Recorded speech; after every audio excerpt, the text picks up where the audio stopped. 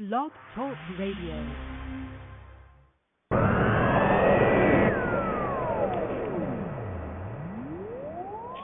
me tell you how we do it. There ain't nothing to it. We're gonna get right to it. You ready?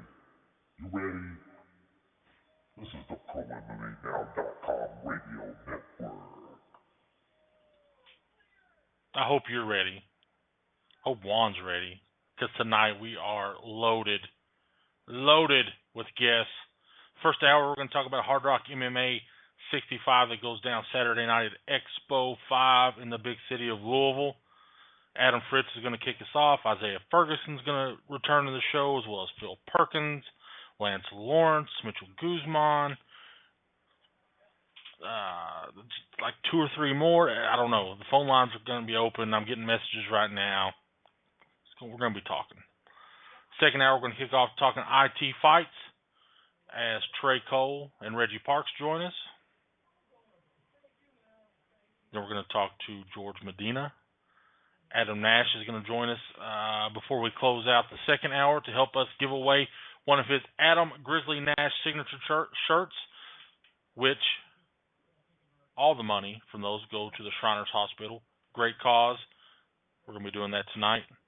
Then we've got a whole third hour if you want to stay up late and call in. It's going to be crazy. It's how we roll. It's what we do tonight on Bluegrass MMA Live. Now tuned into the motherfucking greatest.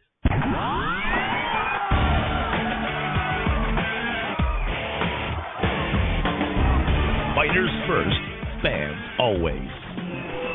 The Ohio Valley's #1 source for MMA. Broadcasting on the ProMMANow.com radio network. Brought to you by Bangtown Fightwear. This is Bluegrass MMA Live. And now, here are your hosts, Juan Valley and Kerry Thomas. You could be anywhere in the world, but you're right here with us, and we love you for that. This is Bluegrass MMA Live, episode 177, brought to you by Bangtown Fightwear. Make sure you check them out. BangtownFightwear.com, on Twitter, BangtownBT, on Instagram, everywhere. And tonight, in our first hour, if you're tuned in, if you're not in the chat room, if you're just kind of straggling in to hear the beginning of the show, we've got 2 tickets to Hard Rock MMA 65 to give away tonight. Live music, fights. I'll be there. All my friends will be there. Juan won't be there, so you don't have to worry about any awkwardness. It's going down. You mean any awesomeness? It's sort of similar to awkwardness, but it's also with an A. And I know how you are. You just kind of mispronounce words and all that. So I think you meant to say awesomeness. No, you heard me right. Unlike you. Well, did you take any pictures this weekend? I had plenty of pictures on Friday night, and I took a few on Saturday. Oh. Pictures. I don't think you got that reference to picture. Okay, you're done. Oh, you're done. Yeah. Cut this guy off. Here's what he was having pictures of. Right here, listen. Oh, cracking one open for the show. It's going to be long. Aaron Garrett's going to join us in the third hour to help break down this weekend's IT Fight Series as they debut in Columbus with a stat card. If you missed it, go to BluegrassMMA.com for the whole card, what they've got going on. It's going to be fun. I'm so pissed. Like, this is the massive weekend. Adam Fritz is going to be on in just a few minutes. But here's the rundown. Okay, if you're a fan of mixed martial arts and you say you support local MMA, here's your opportunities. All right, are you ready? Indianapolis, Art of War. Knoxville, Tennessee, Volunteer Brawl. Louisville, Kentucky, Hard Rock MMA 65. Columbus, Ohio, IT Fight Series. Pennsylvania, in Pittsburgh, Gladiators of the Cage. And then also in Ohio, Cage Madness. That's 6 events, all within driving distance to one of you guys, if not a lot of you guys. Get out there and support local MMA with the best. Remember, right after this show, you can go over to MMA Madhouse, Full Guard Fight Radio. I believe is on again tonight. Carl the Madman and crew working it like they do. So be sure you go over and check them out and sit back and enjoy this. Crack yourself open a beverage. Pop some popcorn. Think about how stupid Chael Sonnen is for failing a drug test. But we don't care about that tonight because we're going to talk about local mixed martial arts. Next week we'll be excited to tell you about a new sponsor. But enough about us. Returning to the show, undisputed bantamweight champion of the world. Of Hard Rock MMA, recent college graduate. And he's got to wake up in less than 8 hours to teach some boot camp. Adam Fritz, what's up, man? How's it going? Congratulations, Mr. College Graduate, Mr. Super Mullet, Mr. Entrepreneur, waking up so early to teach people about fitness. Thank you. How does it feel to almost be an adult? It feels pretty good. The fact that I don't have to take any more tests is a pretty big relief. No more tests for you, sir. School is out. But now it's like real life. I know. Does that scare you at all? Kinda. Not really. I'm enjoying it. Fearless. You're fearless, man. I gotta say, I watched this mini documentary on you that I guess EKU did. You're like a superstar there, aren't you? I like to think so. I'm probably the only kid on campus with a mullet. So you're probably not with a mullet, but probably on campus. Tell me about. So I watched this. I watched it a couple times, and you came across. First of all, you were like you were sitting there doing countdown to UFC, man. You were poised. So I feel like the interviews we've had kind of prepared you for the big stage that was Eastern Kentucky News. Oh, for sure. It definitely did. But you talked about how school was like, that's something you had to do. You had to get that out of the way so you could go chase your dream and train. Now, you're doing this boot camp. I'm sure you're much more involved in the gym now that you have more time. How's that part of like your evolution of a person? How's that changed with you trying to get your fights in, helping your teammates get a fight in, try to help run the business, work at the pawn shop, and then have time to brush your mullet? We all know brushing that mullet takes forever. You got to have every detail right. But, with school and stuff, it was always kind of had to, you could say it had to take a kind of a back seat. Like I had to make sure my homework was either done before I went to the gym, or if I had to stay up late doing homework, studying for a test, I had to get in, train, help my teammates train for fights, And so with that being over, it allows a lot more free time, like you said, like to focus on the gym, be in it more, teach some classes, learn how to do simple things around the gym, clean it up a bit, go hand out flyers, trying to get more people in. It's been a really good experience, like being there real early and working on things and just getting more involved with the gym itself. How's your role as like this leader of boot camp? It's yourself, Gina Begley, both academically trained in the world of fitness and exercise, both champion fighters, and you're offering people like the opportunity to come in and train like a mixed martial artist, but without any of the bumps and bruises. Is that about right? Yeah, that's right. Gina and I, we definitely bring something a lot different than what a lot of the other places here in Richmond and Lexington, and for that even offer. How are you going to learn from like MMA fitness from someone who's maybe had like a weekend certification? They go to like a seminar and they get certified in fitness or some sort of martial art in a weekend. It's not right. It's like being a doctor and going to a seminar over a weekend for 2 hours and bam, you're a doctor. It's not safe. It's not good. And so Gina and I, we've had years of training in the gym. We've had years of schooling to help us prepare for this, and I think it's definitely something that we bring to the table that a lot of other places don't. I think it's amazing. I think it's a huge commitment for you to get that ass up at 5 o'clock. Well, not before 5 o'clock. What time do you have to wake up to roll in to teach? Because I know you didn't have to do it this morning, but you got to do it tomorrow morning. Well, Gina's being nice, and she's doing it for me tomorrow because I actually work at the pawn shop tomorrow. She's doing the 5 a.m.? Yeah, she's going to do the 5 a.m. for me, I think.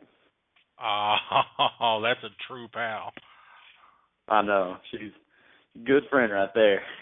And fight week, and I'm sure you've got other things on your mind. Let's talk about this. You're taking on a guy, 21 years old, Justin Dowsett, from Indiana, in 2013, super active. He only had one loss. He's been fighting about as long as you have. What's your take on Justin? I've had the chance to talk with him. We've seen him fight. He's got almost double the experience that you have. What's your take on this? You said he has double the experience on me. That's just MMA fights. I've had Muay Thai fights. I've had tons of grappling experience, so experience-wise, I don't think that's a factor at all. I've watched his fights, and he's pretty good. Like, he's got decent jiu-jitsu, and he keeps his hands up when he fights, that's always a good sign. You watch a lot of people, they have hands down at their waist and stuff, but he keeps his hands up, which is good. He's a tough kid. He looks pretty strong. So it should be a pretty good fight. You come into this 4-fight winning streak and coming off probably one of the biggest wins of your career. Jeff Mack, or right atop the 135-pound rankings in the Ohio Valley region. You submitted him in the second round. Well, after that fight, walk me through what you were thinking, because that was a big fight, not just, there in Shepherdsville, but it had a lot of implications in other promotions, in rankings, just kind of in status. How good did you feel after you beat Jeff? I felt pretty good. Jeff was a tough guy. And so it was a really good win. I really did. I thought I did really well, especially on the ground. I controlled him real well. I hardly took any damage at all. And I was able to pull out the win. So it was really good, Good to have a win over like a top guy like that. And now you come into a guy who's he's a champion in Indianapolis.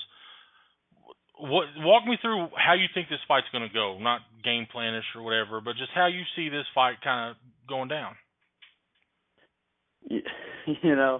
Like I said last time, I'm gonna kind of just flow with the go. Whatever happens, happens. I'm comfortable anywhere. I feel my stand up is really good. My ground game is really good. I'm improving everywhere, and so I'm prepared for wherever the fight goes. You've been, you had some injuries early in your career after that crazy fight with Keith Williams.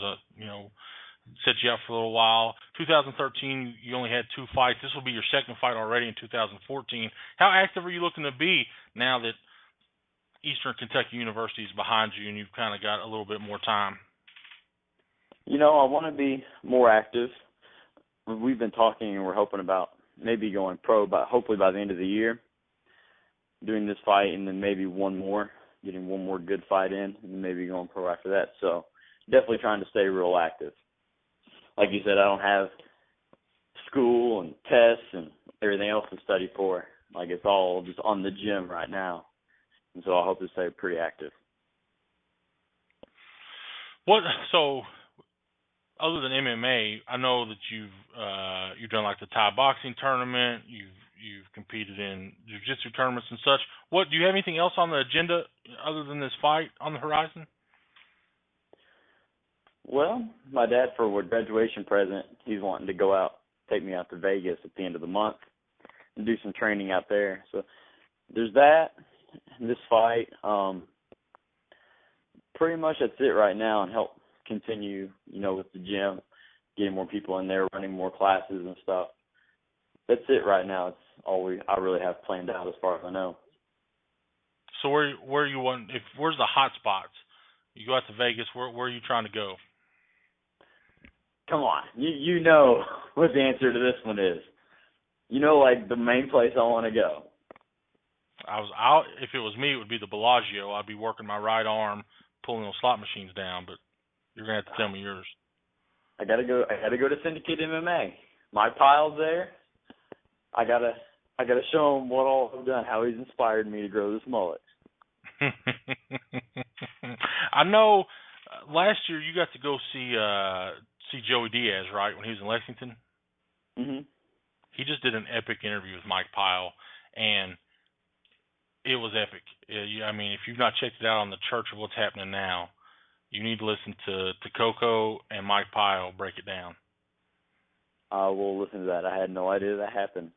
I didn't either. I mean, I didn't know till the day of that he was going to be the guest, so it's pretty cool. He talks about, coming from Taekwondo and kicking people's asses in, like, Alabama and stuff like that, so. Heck yeah. That's definitely on my listening to list right now. That's right. You're going to have something to listen to on the flight, all that stuff. Are you going to stay in Louisville, or are you going to drive back to Richmond after weigh-ins? Probably drive back to Richmond. I can't believe like that. We usually do. I can't believe that. And see, Hard Rock got on to me last time for mentioning this to you because it saved him money on a hotel room. But it's not like Richmond and Louisville are, very close. I would take. It's maybe about an hour and a half away. I think it's well worth the trip to come home, sleep in my own bed. I think it's well worth it. See, when you're a superstar and you're out on the road, you're gonna have to get used to all, the luxurious side of things. The hotel. It probably won't all be like the place you just went when you cornered Gina, but it's probably something a little similar. That looks a little swanky to me. Yeah, the Maristar was a pretty nice get up. That was pretty nice. Much better than the place we were at when we went to there in Ohio. like 50 times better than that place. We've in the second hour we're going to talk about an event up in Ohio. How do you feel about same day weigh-ins? Because I know some like grappling competitions, there's same day weigh-ins and stuff like that. Would that change, at least as an amateur, to fight? Would you have to fight a little heavier? Yeah, I'd probably fight a weight class heavier if it was same day weigh-ins. But I do cut quite a bit of weight, and so I use that 24 hours to regain my weight back. But same day weigh-ins, I'll probably have to fight up a weight class or so. See, I just think that's, I don't know. There's arguments for and against it, but I'm just not feeling it. Like, people wonder why there's no MMA in like Cincinnati and the southern part of Ohio, because everybody comes here because they don't have to weigh in the same day. Mhm. In some cases, like 3 hours before the fight, they have to weigh in. If you could fight anywhere, say take one last amateur fight anywhere, where would you want to go? Like, is there any special place, out of state, locally, any place that you'd like to travel out to? I liked the Rumble time that Gina fought for. They gave her like awesome accommodations and everything, but it just seemed like it was ran really well, and so I wouldn't mind fighting out in St. Louis or so. That's like a hotbed, man. There's all kinds. They just did a show, Shamrock FC last weekend, sold out at one of those spots down there in St. Louis. I'm like, oh my God, where? And I know there's several promotions that run right there in the same city. It's crazy. Remember Gina saying something about that, how like there's always a show going on or something like that. But they seem to be pretty active out there with the MMA scene. So what's on the agenda the rest of the week? See, tomorrow is our last hard cardio session, making sure we're able to get some rest between then and the fight, that we were able to peak real well. Thursday, might hit up the sauna, take a good Epsom salt bath, try and cut the last little bit of pounds. Friday, finish out what I have to cut if I don't cut it all Thursday night. Just kind of relax until weigh-ins, go weigh in, get some high-quality H2O and some food back in me. And And some go time. Some high quality H2O. Your teammate Brandon Campbell, I see that he's on the card. How's he looking?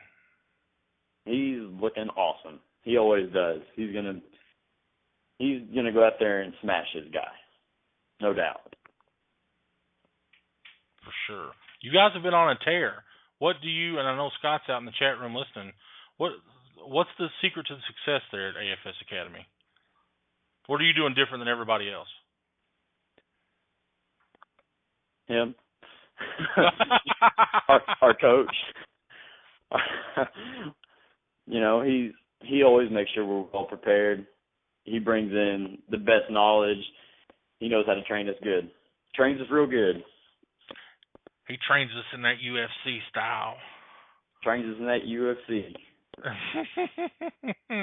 So, like, now that you're becoming more integral in part of the gym, what's some of the things that he's had to deal with that you didn't know about that now you know about, as far as like the other side of working at a gym?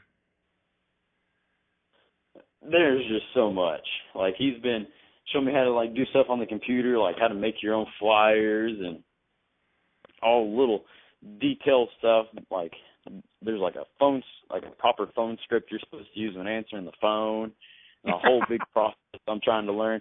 And it's kind of blowing my mind a little bit, but I think I'm catching on all right with it. There's that, and just little small things. This is just a lot.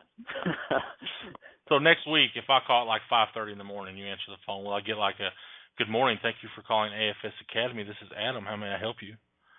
No, you won't get that. We're having a great day at the AFS Academy. How may I help you? I like it. Just starting off positive. Starting off positive. Well, man, the fight will be here before you know it this Saturday at Expo 5. You ever been to Expo 5? Never have been. It's close quarters, intimate venue. It'll be you, Justin, probably 1,000 of your closest friends, all packed into a little room that has a garage door. Hopefully they'll be able to open it, and it's where the magic happens. It's so strange. I don't really know how to explain it. All I know is that like this week it may be Hard Rock MMA. Next week it might be Guar. Who knows? That's just kind of how they work. Sounds like a good old place. I like it. Well, listen, man, I appreciate you taking the time out to join us on this hectic fight week. I'm glad you don't have to get up at 5 or earlier than that. Gina's listening, so props to her for taking care of her friend. I imagine is she grumpy in the mornings? I don't know. I don't think I've ever seen her that early in the morning. Before I let you go, I want to give you a chance to give out any shout-outs, any thank yous, anything you want to throw out there to your fans, friends, family, foes, whatever. It's all on you. All right. I just want to, of course, give a big shout-out and a big thanks to my coach, Scott Elliott. You know, we've been with him since I was 14, and he's brought me up how you see me today, you know. He's helped me out a lot.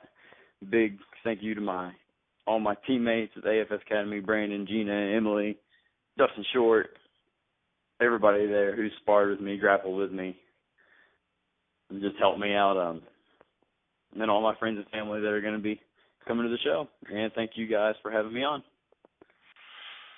Adam Fritz, I'll see. Oh, tell us where we can find you out on Twitter. It's Adam Fritz, #1. Can you sing that in like the Nelly version? Like Adam Fritz #1. I don't know if I probably can not. or not. I don't know. Probably we'll not. work on that. It's not, Maybe not a safe bet. I know you like those custom walkout songs. Maybe we get that going. There we go. All right, man. Well, take care. Enjoy the rest of your week, and we'll see you Saturday in Louisville. All righty. Sounds good, guys. Thank you. There you guys go. Adam Fritz taking on Justin Dowsett this Saturday night. Adam defends his bantamweight title at Hard Rock MMA. Adam's 6-2. Dowsett's like 11-6. Both 21 years old. Both young, full of energy. So jealous.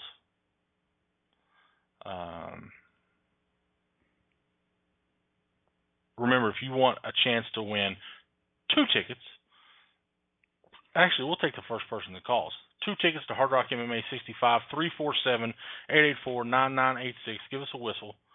That's how we roll.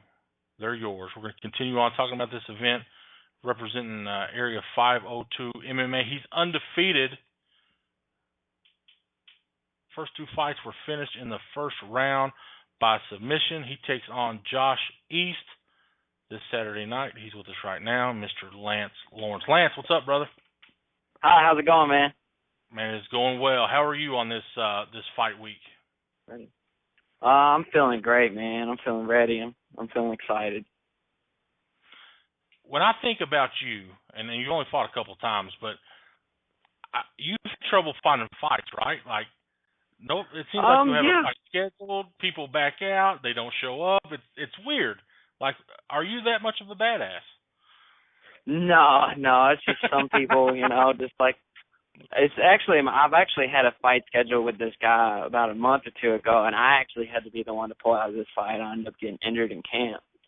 So, I hate to be that guy, but, I'm making it up to him. I give him another chance. You're still early in your career. You're still a young guy, 24 years old. 20, actually. Oh, man, it says you're 24. See, they're lying about your age online. Yeah. I'm actually just 20. I'll be 21 a week after the fight. So you can't even buy a beer after the fight. You can't even celebrate. Can't even buy a beer. Man, that's just more for Phil Perkins. You know it. Yep. So 20 years old, even better, making me feel older. 2-0. You've only had 1 fight this year. Back in February, 2 first-round submissions. Walk me through what's been going on in your training down there at Area 502 with Phil. I know BJ Ferguson's down there. What's training camp been like for you since you've recovered from this injury? Oh, man, I couldn't ask for a better training camp, honestly. I get some of the best guys to work with. I get quality time with Phil. Phil always makes sure I'm ready and I'm not slacking off. And, of course, I got the Fergusons in here, making sure we're working hard. And, I really love training with them. I love the atmosphere here, man. I just love being able to have an awesome camp, train hard. You can't ask for much more. So what does the 20-year-old mixed martial artist do when you're not training? What occupies your time? You going to school? You got a job? You got a woman? Give us the details. I work. I work. I do whatever I can to make money, just to support, training. Really, I'm in the gym 5-6 days a week usually, and I will work so I can train. Honestly, my life is the gym. Gosh, so you don't have all those worries about mortgages and kids and all that. You sure you don't want to trade places? Yeah, no, I'm good. I like what I'm doing right now. It keeps me happy, and that's what matters. When you not looking past this fight, but tell me how active do you want to be? How do you see your career moving forward throughout the rest of the year? I figure the rest of the year I would like to finish out, maybe get another fight or 2 after this one, and then start going for some title fights, give me a few titles under my belt this year, and, next year work on, maybe going pro next year if my training allows it and everything goes good. But, that's a whole year away right now. I'm just working on training hard and 1 fight at a time. Try not to get too ahead of myself. You're still an amateur. You're fighting Josh East, who he has 4 more fights than you. Does that mean anything? Is that intimidating at all, or do you feel that experience at the level that you're at is beneficial? I feel like it's going to be a really good test for me. He's a really good guy, experienced guy. I think it'll be a really good matchup for me. See where I'm at, and show that it really doesn't matter how many fights they have. It just matters how hard you train. So, do you foresee, and let's get a prediction here, do you see this fight going out of the first round? I would like it not to, but I'm ready to go all 3 rounds if that's what is needed to happen. But I would rather stay in the first round and keep that going for me. But I can't just train for a 1-round fight. I'm training for a 3-round fight. Talk to me how you train for a 3-round fight. I know some people say when they got a 3-round fight, they train like it's a 5-round fight. What's your normal training session like? My normal training session is probably a 2-3 hour session a day. Maybe a run before training. Basically, I just do what my coaches tell me, and it's never failed me yet. Listen to the elders. Yep, listen to the elders. That's what you're supposed to do. Well, man, we are excited for the fight this weekend. It'll be here before you know it. I know you've got a Twitter account. I know you've got some training partners. I want to give you a chance now to give a shout-out, thank yous, whatever you want to do to those people that tuned in to listen to Lance in Your Pants. What's up with that? Oh, no. I really just want to give a shout-out to my coach and my coaches, honestly. Phil Perkin, he's a great MMA coach and jiu-jitsu coach, of course. And he, like I said, he don't let me slack off. He makes sure I work hard. I'm also really thankful to have the Fergusons, over here helping us out all the time. It's a big game changer for us. They're real experienced veterans of the sport, and that just listening, man, is all of it. Just listening to them, and shout out to my mom, of course, for always supporting me. Got to give a shout out to the mom, and I got some of the best training partners I could ask for over here, honestly. All right, now here's the big thing. When we go to Twitter to find you, how do we find you? Oh God, man. Hey, you put it out there, man. You put it out there. You gotta own up to it. Just Google Lance Lawrence Twitter. That's what you do. Well, I did that at first, and I got some wrestler from Great Britain. So you had to do a little bit more digging. I would say you would use my URL, which is Lance in Your Pants. Made it probably when I was 15 or 16, since you're going to make me put it out there. You'll find me that way. Well, Lance, man, take care. Stay healthy the rest of the week, and we'll see you Saturday night at Expo 5. All right, thanks, man. Thanks for letting me talk. There you guys go. Lance in Your Pants, Lance Lawrence. Looking to stay undefeated this weekend.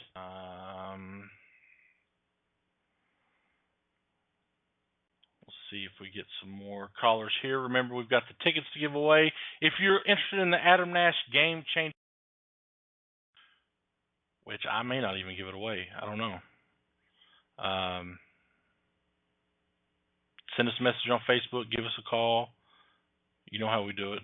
We're going to give this stuff away the best we can. I'm trying to send Juan a message here.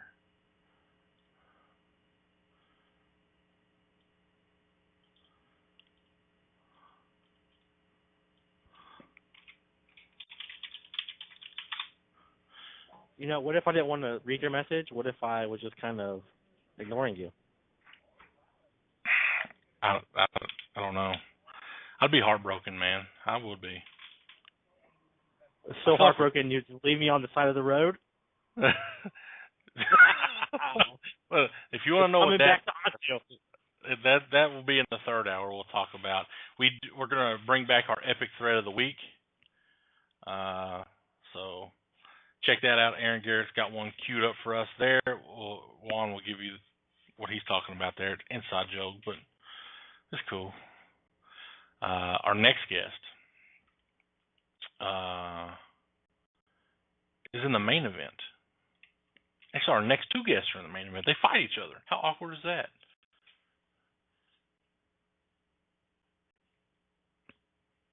Oh, my wife just came here and said she's going back to school. Good for her.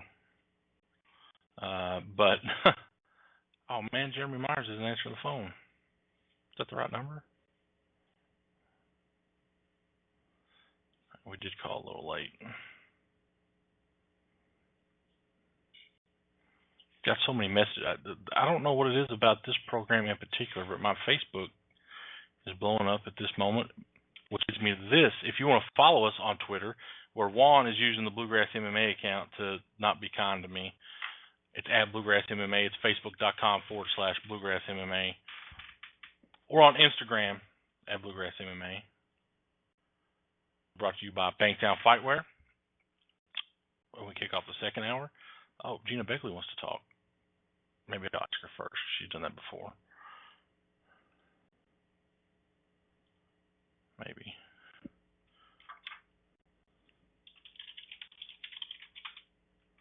Maybe she's trying to save me from this awkwardness.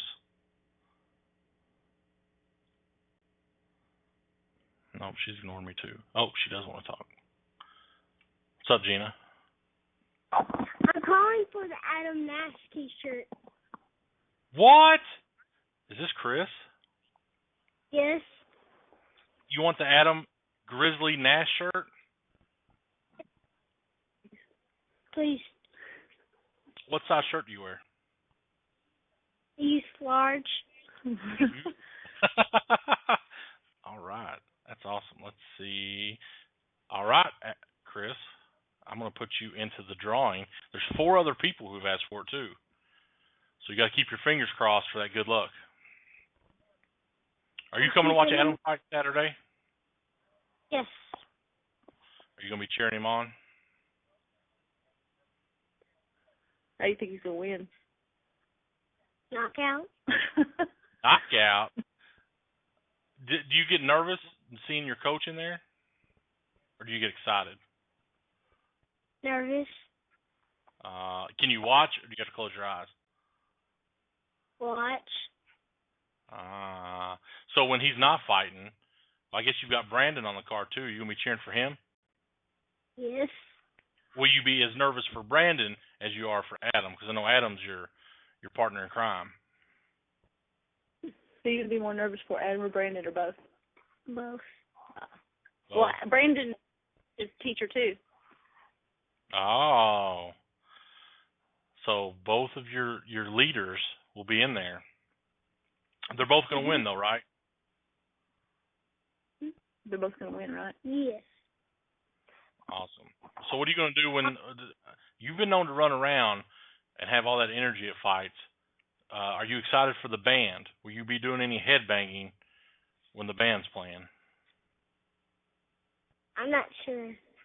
My head is... Your head's shaved, isn't it? Yes. Maybe I should shave my head. Nah. Nah. Some people are. It's not a good look for him, is it? Yeah. Not a good look for me? He's going to be, I told him your wife is going to be there. He said he's going to be macking on your daughter. No. She's not coming. This is like my Father's Day date. How awesome is that? I get to go to fights, and then I guess that's my date. Go out for pancakes afterwards, I guess. Yes. Will you eat some pancakes with me, Chris? Denny's.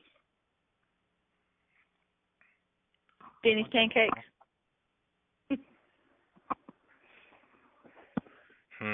All right. When are you going to have your own show, Chris? I feel like you're what? 9? 10. 9 years old? 10? Oh, my God. That makes your mom like 40, doesn't it? No, she's 33. Oh! All right, then. I'm just making sure. I would have went with the 40 part. Thanks for letting us call. What's up, Juan? I know how old Gina is now, so the secret's out the bag. I can die a happy person. Why do women not want to give out their age? Is that like taboo? Their age and their weight, it's always secret. Well, my weight's on blast all the time, so. And now so's your age. I know, thanks to my 10-year-old. Thanks for letting him on, guys. Hey, that's what we do. I know, right? Good guys.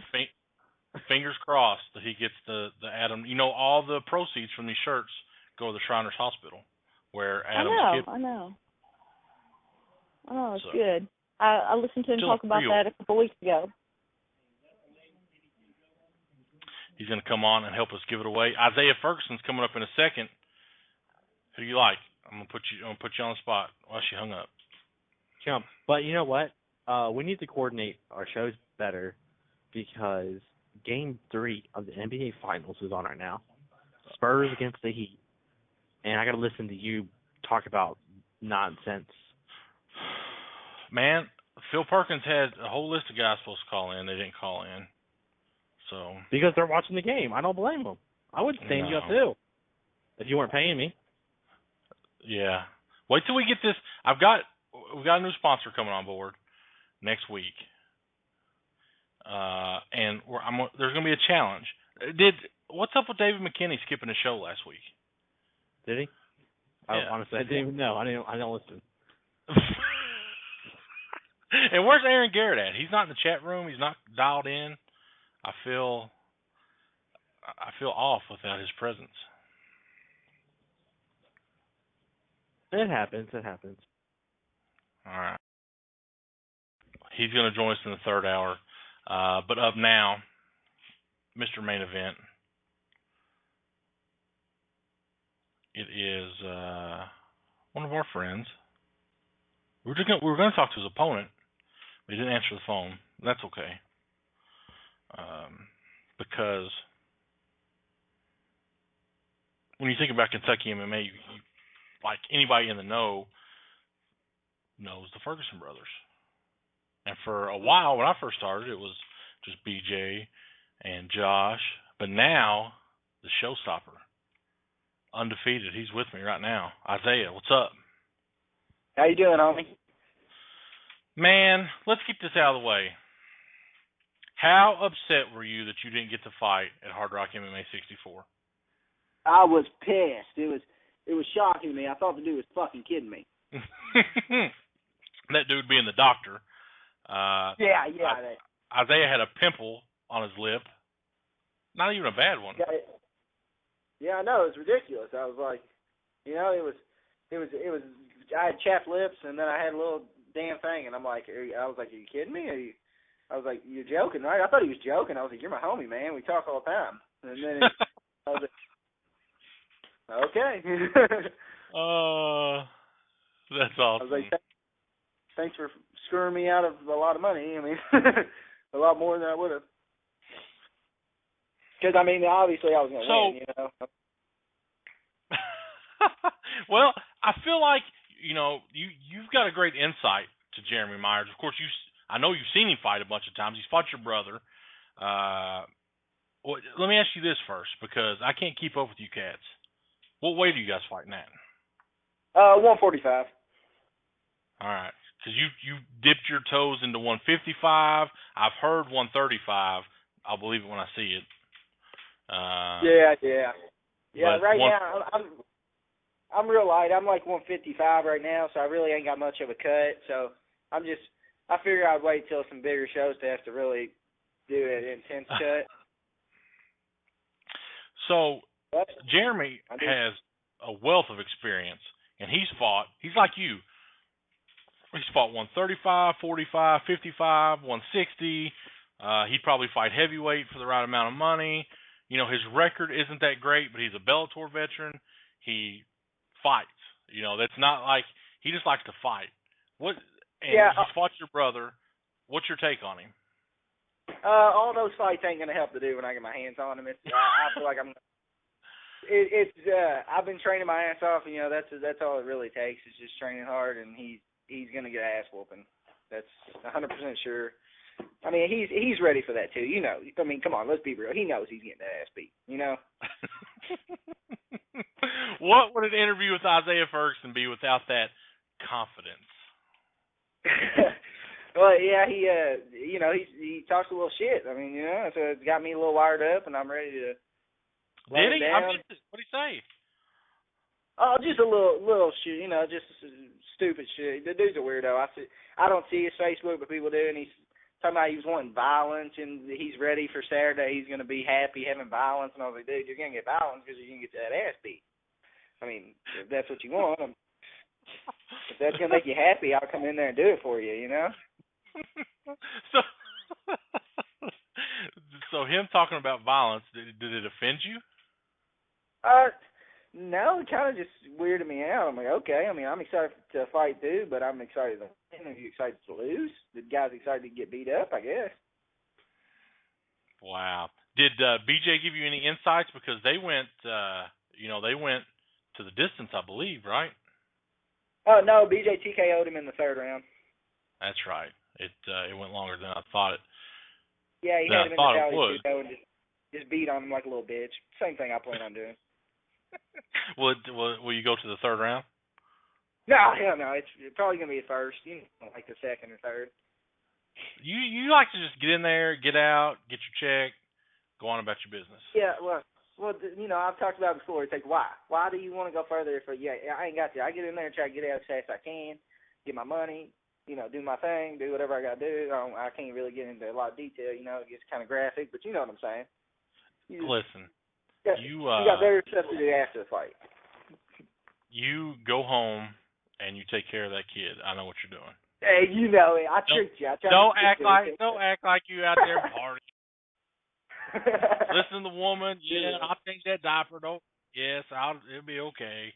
That's what happens when you grow up, Isaiah. I feel like I've seen you grow up. I have seen you grow up. I know. It's pretty weird now. I'm like, damn, I'm a dad. It's good though. That's all I really do. I work, be a dad, and train every day. You know. How much of your dad has rubbed off on you in the way that you parent? And I know your kid's still young, but pretty good. I mean, I don't know.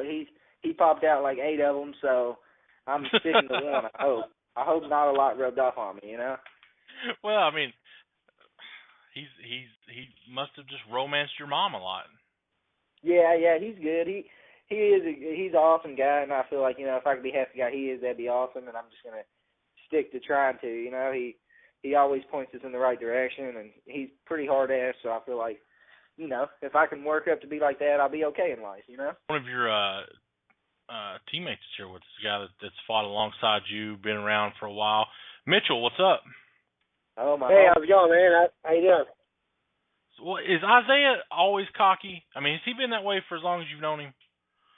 He has. He is very, very cocky, but he's got a very good reason to be. The kid's been doing it his whole life, and he's a brilliant character and an awesome fighter. I know you guys have been training together. Tell me, and you guys have fought on cards together before. Does teammates on the card? Does it help you in training? Does it help you the day of the fight? What's it mean for you guys when you guys fight together? It means a lot to me. I mean, I take a lot from Isaiah. You know, he's a professional, and he's got a really good mental stature towards the whole fight game. Just listening to the guy talk kind of helps you get mentally prepared, and, you know, being there next to him and watching him work his ass off, it helps me work my ass off as well. So, great teammate to have. Isaiah, do you get the best of Mitchell in the gym? Let's be real. Oh no, he's big. He's a big guy. He don't don't let him fool you. He's damn good, and he's gonna whoop this dude's ass too. Oh, I love it. So you guys where are you guys training? I know BJ's teaching at Area 502. Is that where you guys are getting most of your work in, or you still traveling around? Yeah, we both been training real hard at Real Fighters. We train at Real Fighters most of the time, and we try to cut it. You know, a couple days that we'll not be training there, we'll go to and train over there when BJ's teaching. We'll go over there and do that, and really just, like I was saying, train our asses off just to win the fights. You know, training every day wherever we got to. Mitchell, you're looking to get back on the winning track. How hard was it for you to lose that fight back in February? It was pretty tough. You know, I took my jiu-jitsu career pretty solid. I was working on a lot of gi jiu-jitsu and competing at the blue belt level, and then I got promoted to my purple belt a little before the fight. And I took the fight right after I did a couple tournaments, and it just really was I wasn't at a gym that was MMA based. I mean, I was at a really good gym, Derby City, awesome place to be at. You know, really good guys, but there's just not really a good MMA base there. So I talked to Phil Perkins, and he got me in on their fight camp at the Area 502, and then a little revision with BJ and Isaiah. They got me along on the kickboxing stature, something that's really going to help my game to a next level. And just looking back on the old fight, I don't want to go in on a points base and try to win that way. The rounds are so short at 3 minutes that I think really I have to do something explosive to impress the judges, to not let it go in their hands or finish the fight with my hands, like we've been working over at Real Fighters with Eric Haycraft, and just doing a little mixing of everything has really helped out. And then at Area 502, they've got a great group of guys. There's probably 10 guys there, and they all fight. So it's really good to be training with people that are fighters, that are competing for that, not just jiu-jitsu. But yeah, it's looking back on that fight, there's a lot of things I want to change from that, but I think I'm ready to change that around and get back on the winning circle, and then probably do a pro career here soon. Isaiah, you had a year off pretty much between your fight. Let's be honest, is ring rust real? Did you feel anything when you got in there to fight Brian Stevens, or what do you think? The dude said he was going to be a test, and that was no test for me. That guy was easy peasy, however you want to say it. You could tell. What do you think? You think I'm just saying, that really got me. He's telling me he's going to be my SAT and stuff on your show, and then he goes out there, and he don't even get past the first round. I was kind of offended that he did. Well, look, maybe not in the cage, but like at the fights. Were you any more nervous? Was anything different because it had been so long? No, not at all. I feel like it's actually like every fight I've tried to take little steps to be more mentally prepared, not only like prepared in the sense that I'm going to fight and physically, but mentally in the sense that I'm going to, I'm going to do this either way. I'm going to get in there and I'm going to try to whoop this dude's ass. So, the 1 year off didn't really do nothing. I was training my ass off for the whole year. I never took a break or anything. I had a kid, and it got me wanting to train harder, and that's what I've done. I've stepped up my game since then, and I've gotten better and better, I feel like. And, I feel like if I'm going to be fighting the guys that I want to be fighting in the UFC or Bellator or any of that, then these dudes shouldn't be nothing for me, Absolutely. Mitchell, not looking past this fight on Saturday, but how active do you want to be this year? You talked about possibility of a pro career. What is it that you think you need to do to get to that level? Well, I joined at the Real Fighters. It's a strictly kickboxing academy, and I think that with that and me still being amateur, I can compete in some amateur kickboxing events. I think the biggest thing with my 5 victories, they've all been submissions, so I've really focused on the jiu-jitsu. Like I said, I've got a purple belt in jiu-jitsu just received recently. And I think that with me moving to the hands part of the deal, I should be able to piece it together. And I'm going to take about 6 months of just straight kickboxing training, doing some MMA on the side with Phil and a little gi jiu-jitsu. They're Carlson Gracie base. We still do our gi over there. I think with about 6 or 7 months of real good hard hands training, I should be able to step up, run through some amateurs, and then work on getting paid for it. I'll do some local shows. I want to make a run, and if I keep winning, I'll keep fighting. If I lose, I'll probably still keep fighting because it's fun. It's a hell of a rush. It's not like skydiving or anything. You really got to test yourself. It's an adrenaline that you can't really venture to obtain anywhere else that you want to get it. Isaiah, what does Isaiah Ferguson at 6-0 as a pro? If you win this Saturday, what's that mean? What's that open up for you? What do you think is going to happen? I don't know. 6-0. I mean, it don't seem far fetched from 5-0, which I am now. So I was hoping. I think 7-0 sounds a lot better. So I was wanting to maybe get one right off this just to sound 7-0. I think that's a lot cooler. So, but hey, I mean, I guess as long as I keep winning, I figure if I keep winning and maybe the Ultimate Fighter come back around, I'd rather do something in that sense. But whatever works for me. I like to get some tough fights, and go past the first round if I can. Oh, you're such a liar. You don't want to go past the first round. No, but if I have to, I will. Yeah, well, I know that, but don't say I've like been one time. When you're an amateur. Yeah, I know. Those but I mean, Jeremy Myers, it's tough. I've been training a lot. I mean, I know that his plan is exactly I don't know if he thinks he's going to be able to knock me out in the first, or he thinks he's going to drag me out. But I know one thing: I've seen him, and he's good. I'm going to whoop him like a baby if it goes to the third or the second. I feel like it's going to be worse on his part. So he better hope he can knock me out in the first, or submit me in the first, or whatever he's going to do in the first round. Because I mean, I'm sure that thinks I haven't been in the first yet, or out of the first, but he's got another thing coming because I train my ass off all the time. My endurance I feel like is important thing in my game. Just like, my brothers, they've went, a lot. They've been training 5-minute round fights, championship fights, and we do the same stuff and train really hard. And that's why I'm kind of excited. If Jeremy Myers is a tough game opponent and he goes to the second or even the third, I really wouldn't mind, really. I mean, like I said, the faster the better, but I just think it'll get easier and easier the longer I go. I can go 3 5-minute rounds without getting tired. I'm not worried about that. I think he is. I'm not going to let his little karate kicks kick me, I think, if Juan's not lying to me, the boss is on the phone. Is it Bruce? Is that you? I've been listening in a little bit. I couldn't find it on the computer, so I had to listen in on the phone.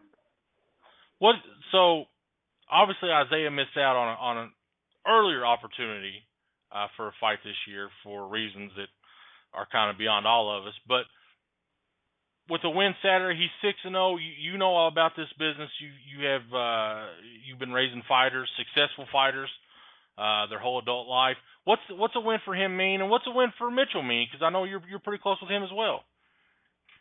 Well, just hope we get some good calls with some tough fights and some good. And we've had a few good calls here lately, but when the money gets right, we're ready to head out, and I know Isaiah's ready. Like I said, like he said, he's been training 15, 20-minute fights. He ain't been training for a 1-minute fight. So, I mean, any time a good phone call comes with some good money, we're going to jump in the car, jump on a plane, and he's heading out.